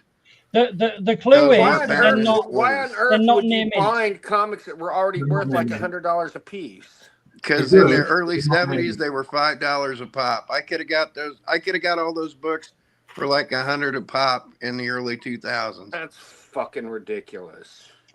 Who would do that? If they were bound at printing or soon after, then they would be usually very, very high grade and very consistently grading across all of them. And they wouldn't be trimmed. If they were bound at printing, they wouldn't be trimmed. I don't know about trend, that because the earliest that is late 60s. If I had to put a date on it, I'd say mid 70s. All right. And I'd also say that they probably had a secondary copy. That's a trust fund boy's little hobby. So, but yeah. Okay. Well, why did they sell them? Huh? Why did they let them go? Maybe they passed. Oh, real simple. They died. Because you got to think, Nobody knew. In the 70s, they were in their 40s or 50s. Yep. You're right. They're dead. That's why they're out in the market. They weren't traced because they became nobody. They used to be somebody, then they became nobody. Then everybody turns their nose up to bound volumes without provenance. So it just fell into someone's lap and they just got lost to time. But I figure it's somebody that died around the year 2000 or sooner. Did I show this one a couple weeks ago? Oh my God. Yeah, you did. Yeah. I did. Okay. I didn't mean to waste time. I love this cover. I'm a big Talky fan. And truth be told, he had a tryout for his own daily strip. They thought he was funny enough that he could carry a daily strip. And so CC Beck and Otto Binder, if I'm not mistaken, did about 6 weeks worth of strips of that, of a talking tiger. But if he's willing to share the information, I guarantee you guys like Gary Dolgoff will know who it is. Mile High. Chuck Rosansky. Chuck will know. Chuck will absolutely know who that is. Charlene. Yeah. Rosansky will know. Dolgoff will know. Those guys that are still alive, they'll know. Well, I don't know them, but I do know Stephen, so I'll ask him. Yeah, they'll know exactly who that is. If you say whose initials were RS, that was one of the I might be able to find out relatively quick too, because most of those EC guys were also in the other. If he had EC on there, that guy's probably an EC guy. Yeah, but those aren't EC books. No, they're not. They're not. But for whatever reason, he thinks they're. I mean, if he did it himself, EC is a Latin translation for Latin short for, this contains issues, whatever. S the circum or something like that. Yeah, S the circum. Yeah. So it's an abbreviation. EC is an abbreviation of etc., which literally translates and the rest. Yeah. Oh, okay. Yeah. It's just simple Latin. That's all just simple Latin. You can narrow down the character, the person, the whole thing. Of course, it's the rest. It's basic detective work. This isn't even Batman or Sherlock Holmes detective work. It's just basic. You got to know the group of guys. Yeah, there can't be many people who did this. Yeah, and they're people that have money to do that out of pocket. But even back then, that's like a $20 job back then. Oh yeah, that was only like a $20 job. It's not that big of a deal back then. I mean, $20 was more back then, but it's still, you can get it done today. You can get a full professional grade restoration done on $1 million book for $1,000. So, it's just not that pricey to do that. So I brought something today just for Tempest, because I know he's like me. He's a action figure collector, and a comic guy. So if you'll make me big real quick, I'm big. It's nice. Cyborg Superman Micronaut. How cool is that? How cool is that? I would see. This is from Japan, from 06. But isn't that great? I love it. I've got the actual Superman figure that they did. Oh, do you? Yeah.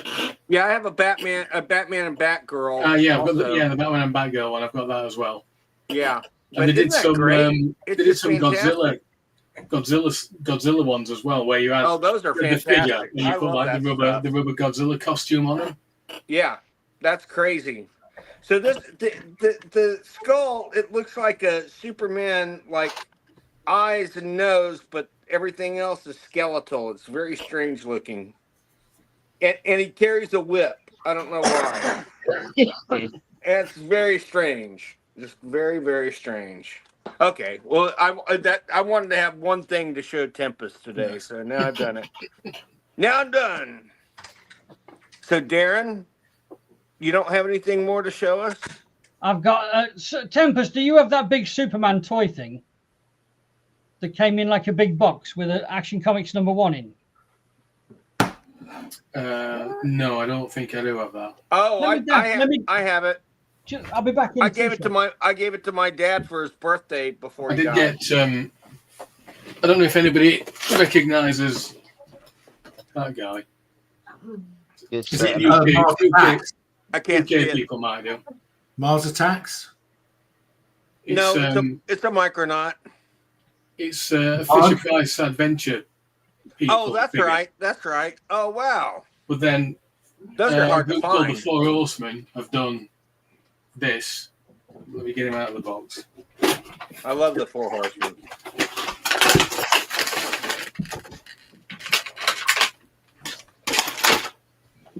He's done this guy. Who is it? Which is this? Mr. Ice. Oh, that's awesome. Yeah. Did it like a regular action figure. Yeah. Who's it meant to be? That's awesome. It's just I think they just call him Spaceman. He's just Adventure People Spaceman. I never heard of it. Dude, I like the new one though so much. That's Adventure super cool looking. Updated version. It's Brainiac 5.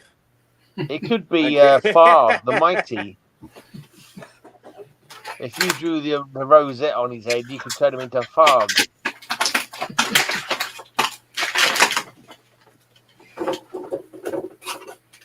You got anything else you want to show?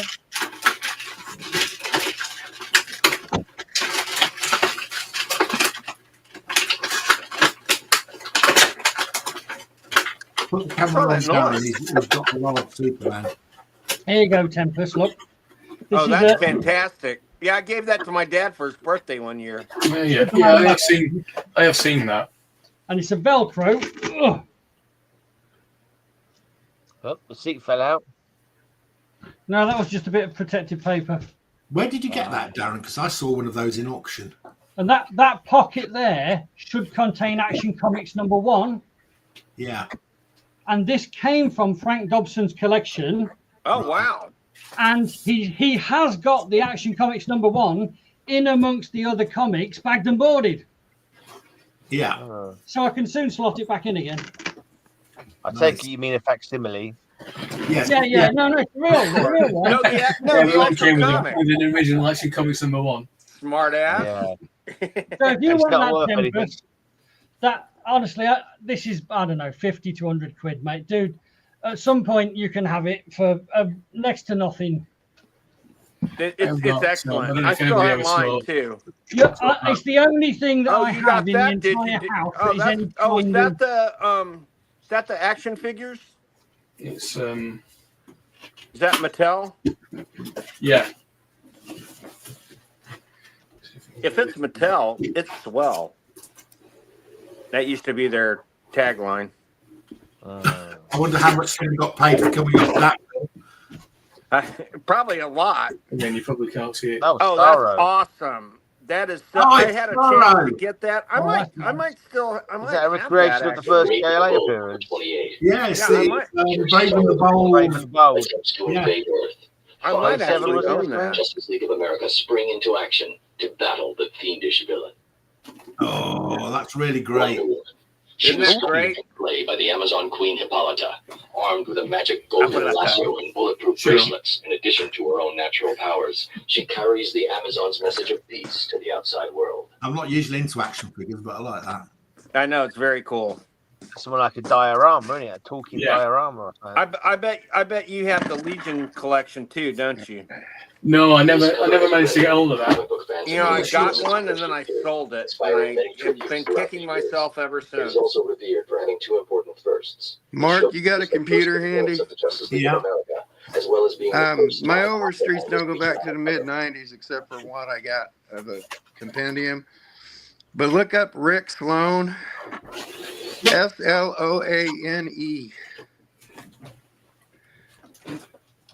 Right, is that your guess for who RCS is? Yeah, that's it. Well, it says here he's an American I think it'd film be an director. older one, but Rick Sloan's one of those Golden Age advisors. He's an old Archie advisor in It the says here Overstreet stuff. he's an American cult filmmaker. Born 1961. That sounds about right. Well, but if he was born in 61, probably not. No, he wouldn't have that bound in the 70s. If that's the one that was the Overstreet, because the guy that was in the Overstreet was the advisor for Archie's and Golden Age and stuff like that. Would he have been in the comics business, Kyle? I know. I mean, he was an advisor, so you would think. I mean, at least the first and last initials fit. There we go.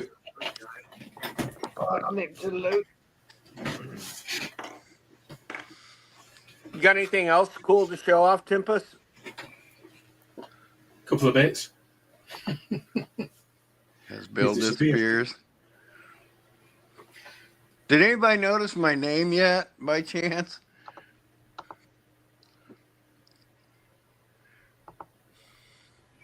I don't know what it relates to, Kyle. Huh? I don't know what it relates to. Put it together. Okay. I thought it had a couple weeks ago and forgot to play it.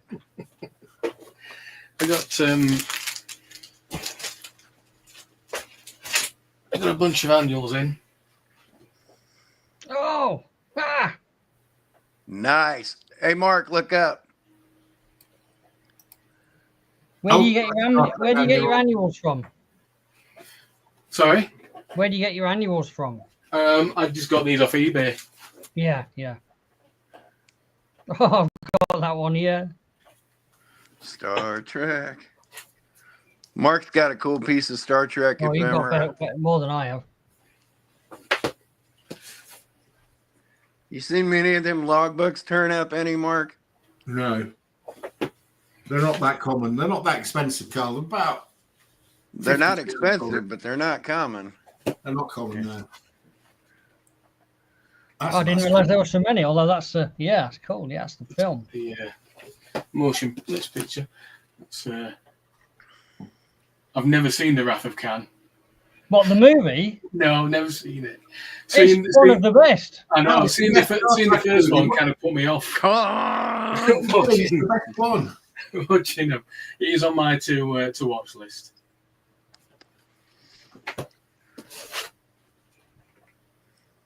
I didn't realize there were so many. I'm amazed. That turned up today. What's that? Is that an issue number 12? Very nice. This is in really poor condition, but I had to pick it up because I've not seen it before. Yeah. Mark, maybe look up Richard. Oh, that's one of them ones that has got comics inside. Yeah, it's missing.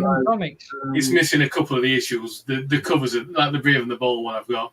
The covers are there, but the comics aren't. So I'll replace the bits because I've never seen those. First time I've seen that one. Those are so awesome. I thought I'd grab it while I could. They're like those double comics, where they put 4 remaindered comics in, but this is a hardcover. I don't think that's what those are, is it? Yeah, that is. Yeah. Richard Sloan is a senior lecturer in infection medicine at University of Edinburgh. So you must be right, Kyle. That's the last young romance.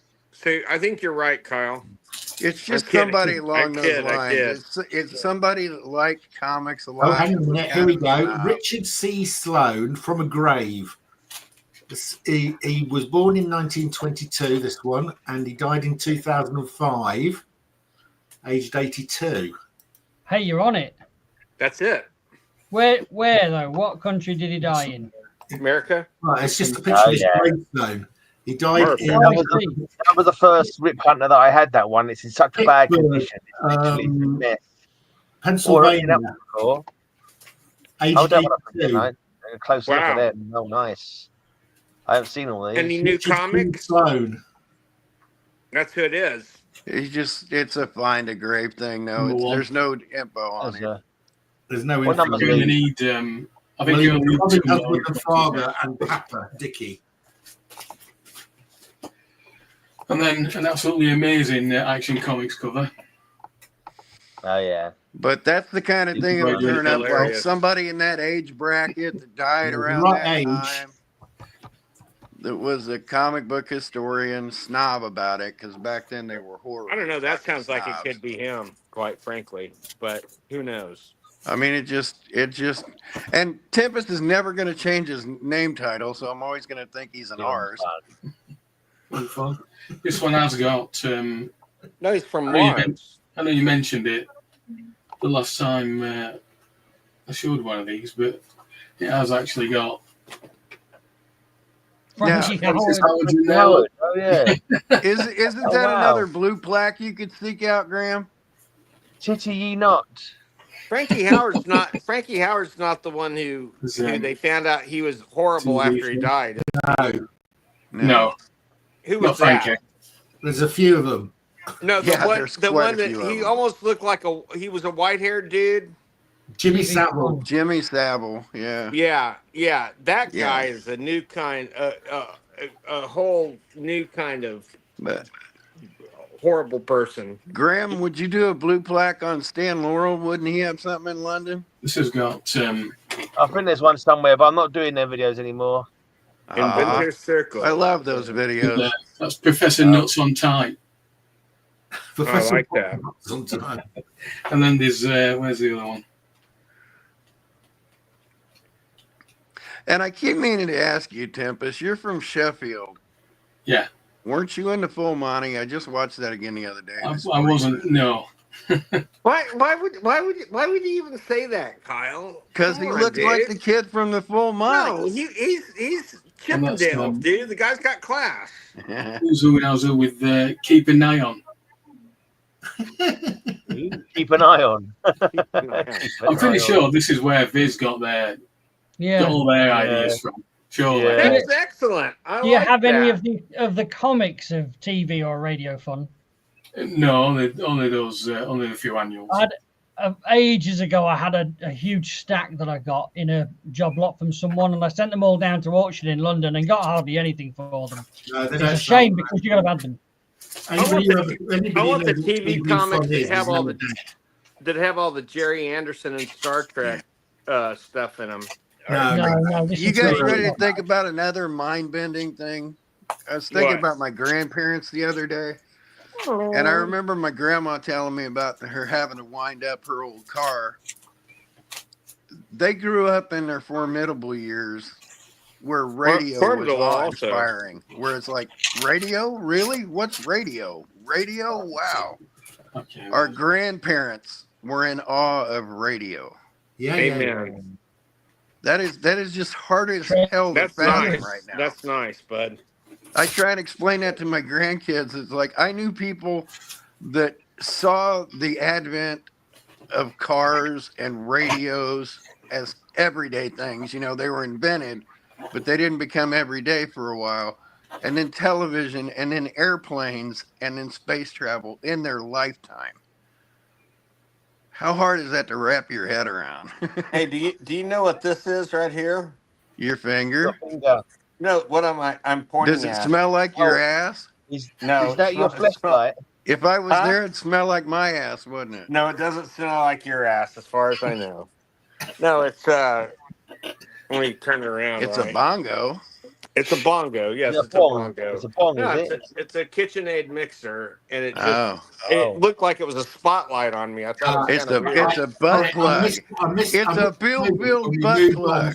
See, it looks like a spotlight on me. Does this become a sponsored stream now? I don't know what's going on. It is. But our main sponsor is. Is this the new section of the show, Name My Object or something? I didn't realise we had a new segment going on. Yeah. Who wants to play Name My Object next? Hello, everybody. My spotlight is actually a mixer. What are you doing, Kyle? Eating Pringles? What is that? What is that? Drinking coffee. Drinking coffee. Okay. If you're all getting in on it, man. I play Name My Object, but I'm not going to do that. Everybody grab a brand. I want to play Name My Object on here, but not until I get Graham's face tattooed on Look it. at Gray. Oh, great, that was ace. I got to tell you what that was, but it's strapped to Lisa. That's funny, man. I really like my spotlight, though. I don't know. He's gone. Nobody's got one of these, look. Oh, wow. Is that Skeletor? Is that a Skeletor? Yeah. Skeletor's bottom. Is that for your cosplay, or? It was, yeah. And then I've also got... Oh. Oh, no. Go for the head. It's a proper hammer. Proper axe. You're holding Groot's root. Yeah. I think build power's gone off now. Oh, okay. So the reason Bill didn't have those comics bagged and board because he's using them to prop up a wobbly table leg. That's why they weren't bagged and boarded. He's not wasting bags on boards if he's doing that. No, So he's got that. Those Fantastic Fours. Mix Bill. the stuff on, leaning on them. Yeah. Bill, we're going to ban you next week if you destroy any more Fantastic Four comics on screen. All right. Yeah. I'm going to get on a plane and come out there and kick your ass. All I can say, Bill, is I'm on your side. Thank Hey, you. but Darren, look at it this way. You're about to send him $4,000 worth of comics that he's going to do that too as well. No, I'm not. They're already bagged and boarded. Fuck that. No. They're not. Don't worry. As a special what do you call it, service for all his customers, he's going to pre-ruin them for you. He's going to take them all out, kick them around the house for a bit, then put them back in the bags and balls and post them to you. Just to save you a job, really. It's kind of it's very good service you provide, You're Darren. just wrong. Absolutely. Don't do that with mine. Mine are mostly damaged anyway, so it won't make a difference with mine probably. But You're just so wrong. Why would you do that to me? So Well, you did it I've to shown this yourself and you before. opened yourself up I've for shown it. this before, but I don't think Tempest has seen it. Tempest, I have the ultimate comic book bottle opener. It's cool. Yeah. Broke on the side, sadly, but wait, right there. You've lost one of the Infinity Gems. I think it fell in the bottle of Purple It's Haze. still all there. Yeah, no, it just hit the ground. It's made out of resin or something. So the knuckles busted. So the knuckles busted. So you've been using that to bust knuckles with? Yes, I have. Yes. Yes, I have indeed. So now I have to put this down to open my beer with the glove of Thanos. In the other room from the comics, I hope. No, yes. Okay. Oh, do have well, the ones near me are bagged. Hey, so I think I'm going to go up to my library while I'm eating pizza and play with my comics. Those are cool. Those are cute. Did your mom make those for you? My dad's partner knitted them for me. Oh, that's No awesome. kidding. Who did that? That is sellable stuff. No, who did that? My dad's partner. She could go into business with those. She never did me a Robin, though. She's awesome. Those are perfect. She must like you if she'll go to that much trouble. Well, it was some years ago. Those are the kinds of things I'd put up in my library, just brag about them.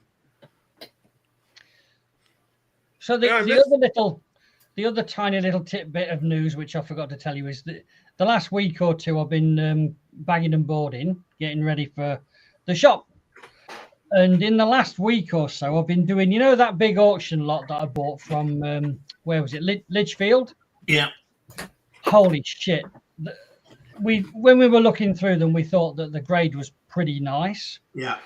It is so much better than I thought it was. No, think when I saw those, they're definitely amazing. So what happens is, the older ones, there's a bit of a mixture of the older ones, but I even put a very fine sticker on, like an Avengers in the first 20 Avengers, and I'm sticking a very fine, and I'm grading it tight as shit, But and then there's some ups and downs, but there's a purple patch. When he hits in 1970, just after 1975, 76, just in that little bit there, all of a sudden they become 9.4 or better. Yeah, that's because he was buying them himself and putting them away. And just honestly, I mean, I'm just crying with happiness when I'm banging them board because they're beautiful. And then, but also, so let's say that there's a batch of 10, about 10 consecutive issues of every single run that he bought in that period is immaculate, except for at one particular point he decided to initial them all. On the back cover, really neat, really tidy in blue biro. But it's right, but literally it is on the ones that he's decided to initial were the highest grade ones. Fuck, of course. Right, and but even with that, I'm going to knock 1 grade off.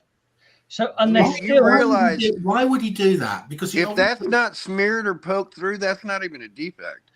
Well, I think it is because it's a defect, or not a defect, but it loses your grade. Writing on the corner. It totally is a defect because you can get the same comic without.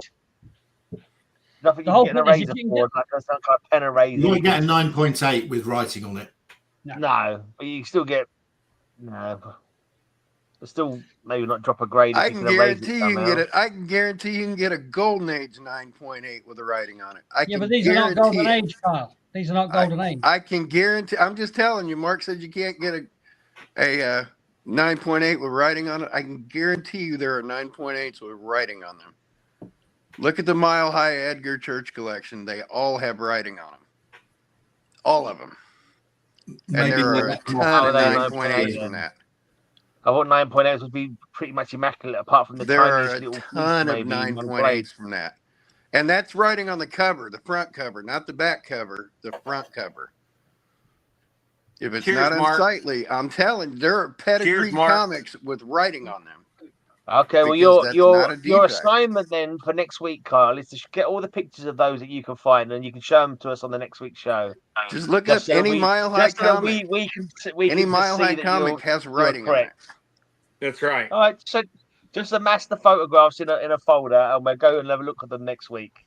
Yeah. So otherwise, it's just saying any pedigree comic has writing on it to designate it. That pedigreed collection from that girl that was in that concentration camp, the Japanese concentration camp.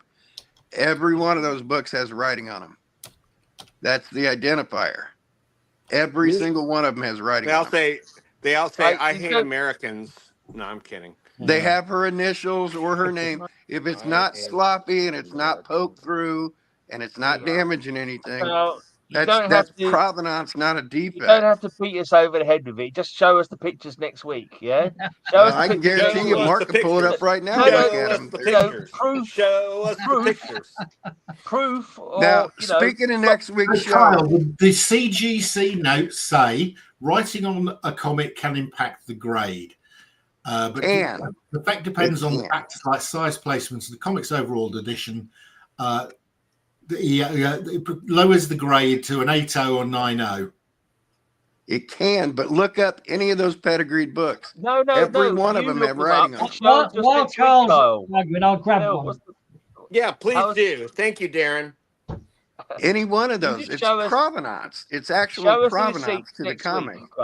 We can stop talking about it and move on to the next subject now. But what I want to ask Mark just about, browbeating us into we got Andy Williams on next week. You got some Andy Williams questions ready for him? I don't even know who he is. I've been around his house and had tea with him, so I've asked him lots of questions already. Yes, and I've got some of his artwork as well. Andy's going to come on with us for a little bit next week. He's a great guy. You can chat to him for ages. He knows the London comic scene like the back of his hand. Yeah, and he's digging out some comics and art from his loft to show off next week, and we're going to play for a little bit.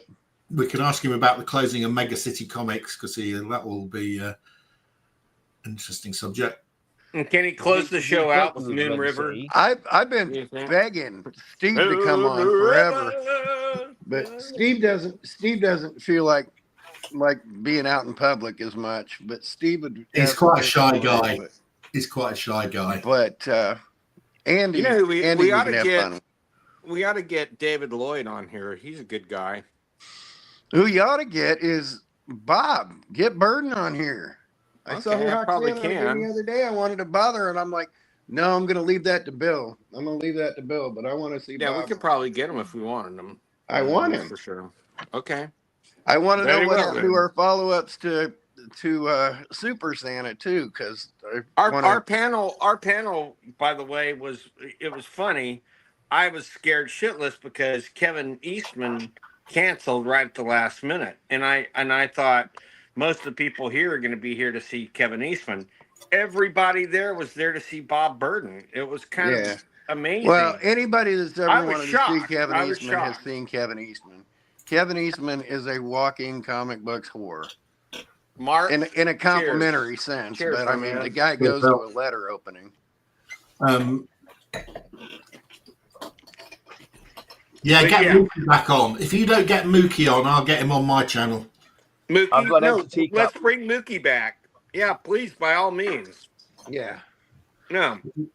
Yeah, we Did you need, know we need to get those guys Mookie's back. Mookie's son just is a Marine now, Kyle. Oh, that poor little bastard. If I could have talked him out of it. Oh my God. He's pretty happy about it. Well, if he just became one, of course he is. Yeah. Give it He a hasn't couple of been years. deployed anywhere yet. Yeah. Yeah. And if he's not massively deployed, he'll come out of it happy. So he'll be all right with Trump because Trump isn't sending any troops anywhere except in the States. So he won't have to do anything. Unless he can make money off of it. If we could go protect blood diamonds, we'd be down there in a heartbeat. Yeah, maybe I hate to sound that way, but I'm not crazy about our new president over here. The second they start shuffling people around, it just, you feel like such a pawn piece. It's disgusting. They don't even care about you. It's just like, here you go. We're going to throw you over here. We're going to make a political statement. We don't care if you're cannon fodder. Your name should be Percy Q Pawn instead. Sorry, that is exactly Q what the military is for, Kyle. Have you not read any history books? If there's a reason, I'll never say that about a World War II veteran. Never. Oh, that's a nice one. You'll never catch me saying that about a World War II veteran. In World War I, it was kind of ugly the way they did it. But in World War II, they weren't pawns. They were knights. They were rooks. They were bishops. You know what I mean? It was strategic. We need you here. We need this done. Go through, do it, and come home. You know what I mean? Not this bullshit. Kind of a busy cover, isn't it? We're gonna push you around. If there's a purpose, you put it through. You do it. Yeah, show one of them signatures. I'm telling you, if it doesn't poke through the paper, you're perfectly fine. No, Carl, I disagree, and you will not persuade me otherwise. Just it bring would never, next week, Carl. If anything, it offers provenance. There's no provenance on it. Pictures next week. Remind me what your P means.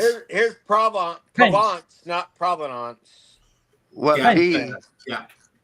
Pence copy. Right, here is one. Here is one. Right, this is one where, and this is how I'm dealing with it. When it. Can't read that. It's not focusing. We can't read it. No, turn it at an up-down angle. Wait. Go a little forward. Rock it at an up-down angle. Rock it horizontally. We can't read it. Yeah, if you go at a horizontal angle. Give it a minute. Right there. Stick your finger in your ear. Previous owner has written initials. APB. Oh, yeah. Perfect. Yeah, now you can read it. There you go. Yeah. APB is that? APB. All Points Bulletin. Yeah, all points bulletin. Now, hold on. Let me now show you it. Here an APB on Darren Collette. APB on Darren Collette. You've done it in pencil. You'd been able to get rid of it. Yeah, but I actually wouldn't, Mark. I leave things on for other people to get rid of. So because I can't be spending my time doing that when I've got millions and millions of comics to do. So I'll let other people deal with that. But there we go. Look. When it focuses, give it a chance. Yeah, we're going to see it. Yeah. Is that there? That's not horrible. That's not horrible. Let me just try and get it to focus again. Yeah, but I don't think you get a 9.8 on that. There, Yeah, you won't get a 9.8. No, there's no way in hell. But and that's There a we go. Oh yeah, you say that's a biro pin? That's a biro. So that is Biro, in. I mean. It's not coming off, it's not coming out, and it will leave a small indentation. Now, apart from that, this is a near mint comic. Okay, I mean, I'll be back. Proper near mint comic. You're bending it in the middle. No, that's okay to bend it there. Look, that's the bit you're not allowed to bend down here. This bit's fine. Okay. I'm not causing any damage. I just saw a little bend up. But that's fine if it focuses. It was near mint. I've just improved it considerably. That was absolutely perfect. Still is.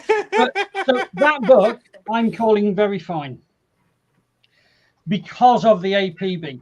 Yeah, I think that's right. And I do you know what, Mark, is when I started Splat Out, because pen on cover is a massive fault, I said to myself, the maximum grade any pen on a cover, on the front cover, is very good. Near mint comic with APB on the front cover, I would immediately drop to very good.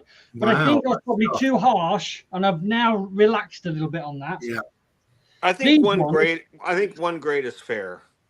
Well, for that pen, which is now that on there, that's actually, compared to his other signatures, that's quite big and messy compared to his other ones. Right. Because you his said other it's ones very were like refined looking. His other ones are about 3 mil by 3 mil, and they're incredibly tight and tidy. But I'm still dropping a full grade off. You have to. I think you have to, because it's graffiti. It's not provenance. It's not provenance. This is some random collector, of which there are thousands, hundreds of thousands of collectors. Someone's putting initials on the back. That is damage and graffiti.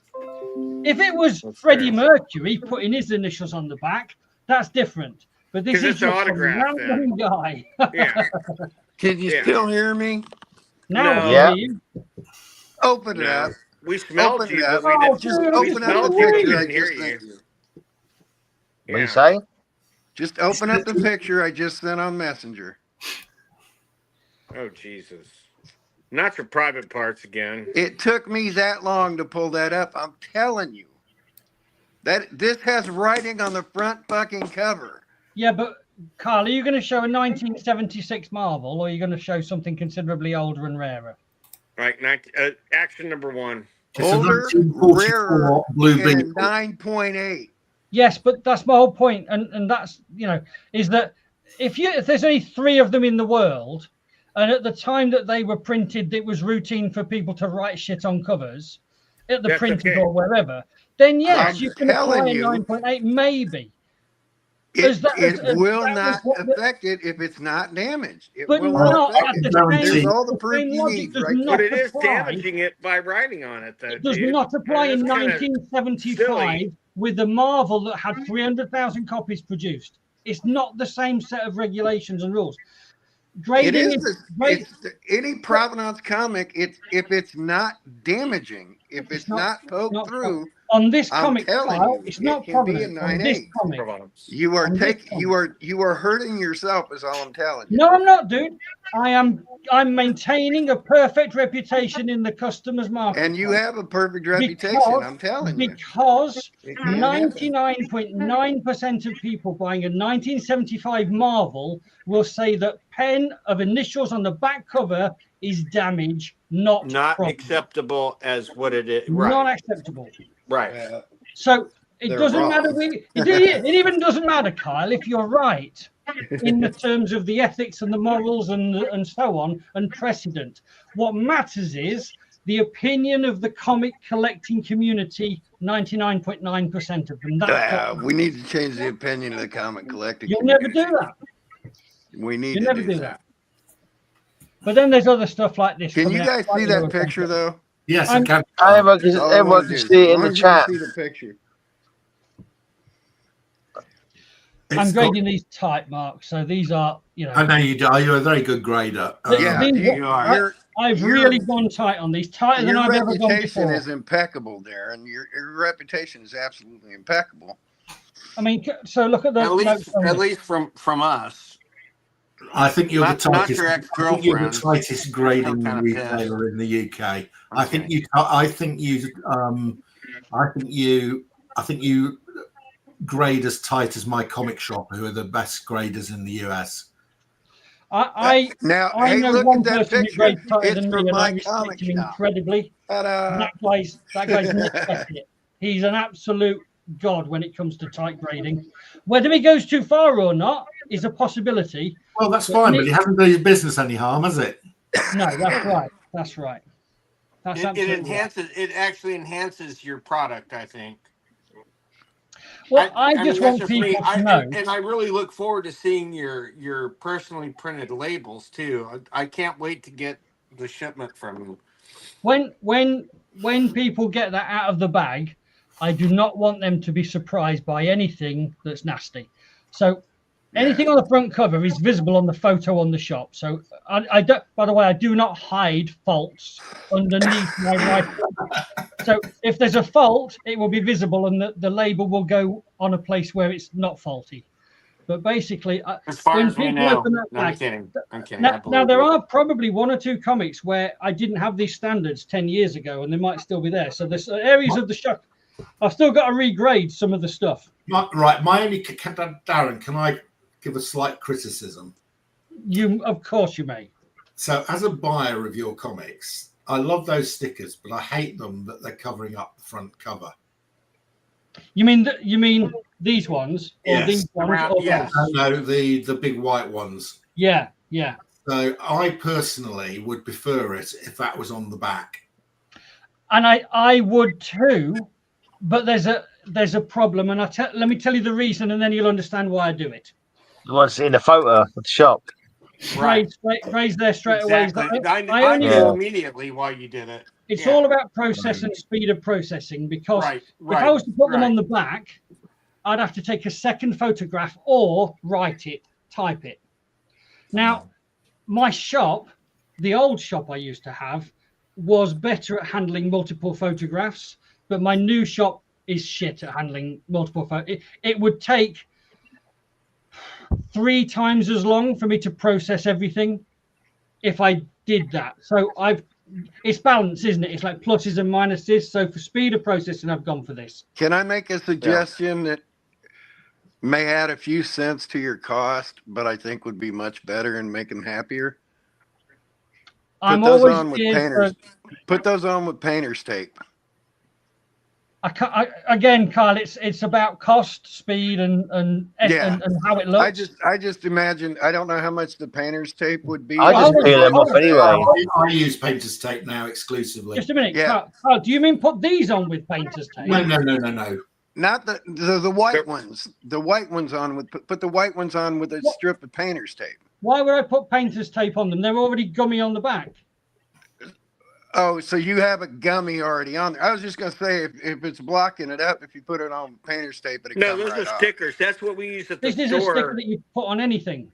Right. We use those at the store for our comics. Oh, so that's not taped on. I thought he was saying that was taped on. No, that's just those are stickers. Oh, okay. No worries. I just rip them off anyway. I don't care. I just rip them off. I don't care. No, I thought it was taped on. Person grade them when I'm dead. Taped on. Those are awesome, dude. Okay. No, I thought it was taped on. That's Stick it up your ass. No, I'm kidding. I can be posted for myself. I kid. We've done 2 hours anyway, guys. What you other guys are on about is here. Yes, I use painter's tape, Darren. I use Scotch tape simply because I've got shitloads of it. I bought it specifically for the job. And when on weighing up what I wanted to do, painter's tape is huge. I suppose you get it in different widths. Yeah, painter's tape the same width as Scotch tape. But I've got about £500 worth of Scotch tape, and currently I'm not prepared to lose that £500 to buy £500 of painter's tape. Why are they so heavy? There you go. Yeah. Why are they so heavy, Darren? I would always put it here, and I would put it here.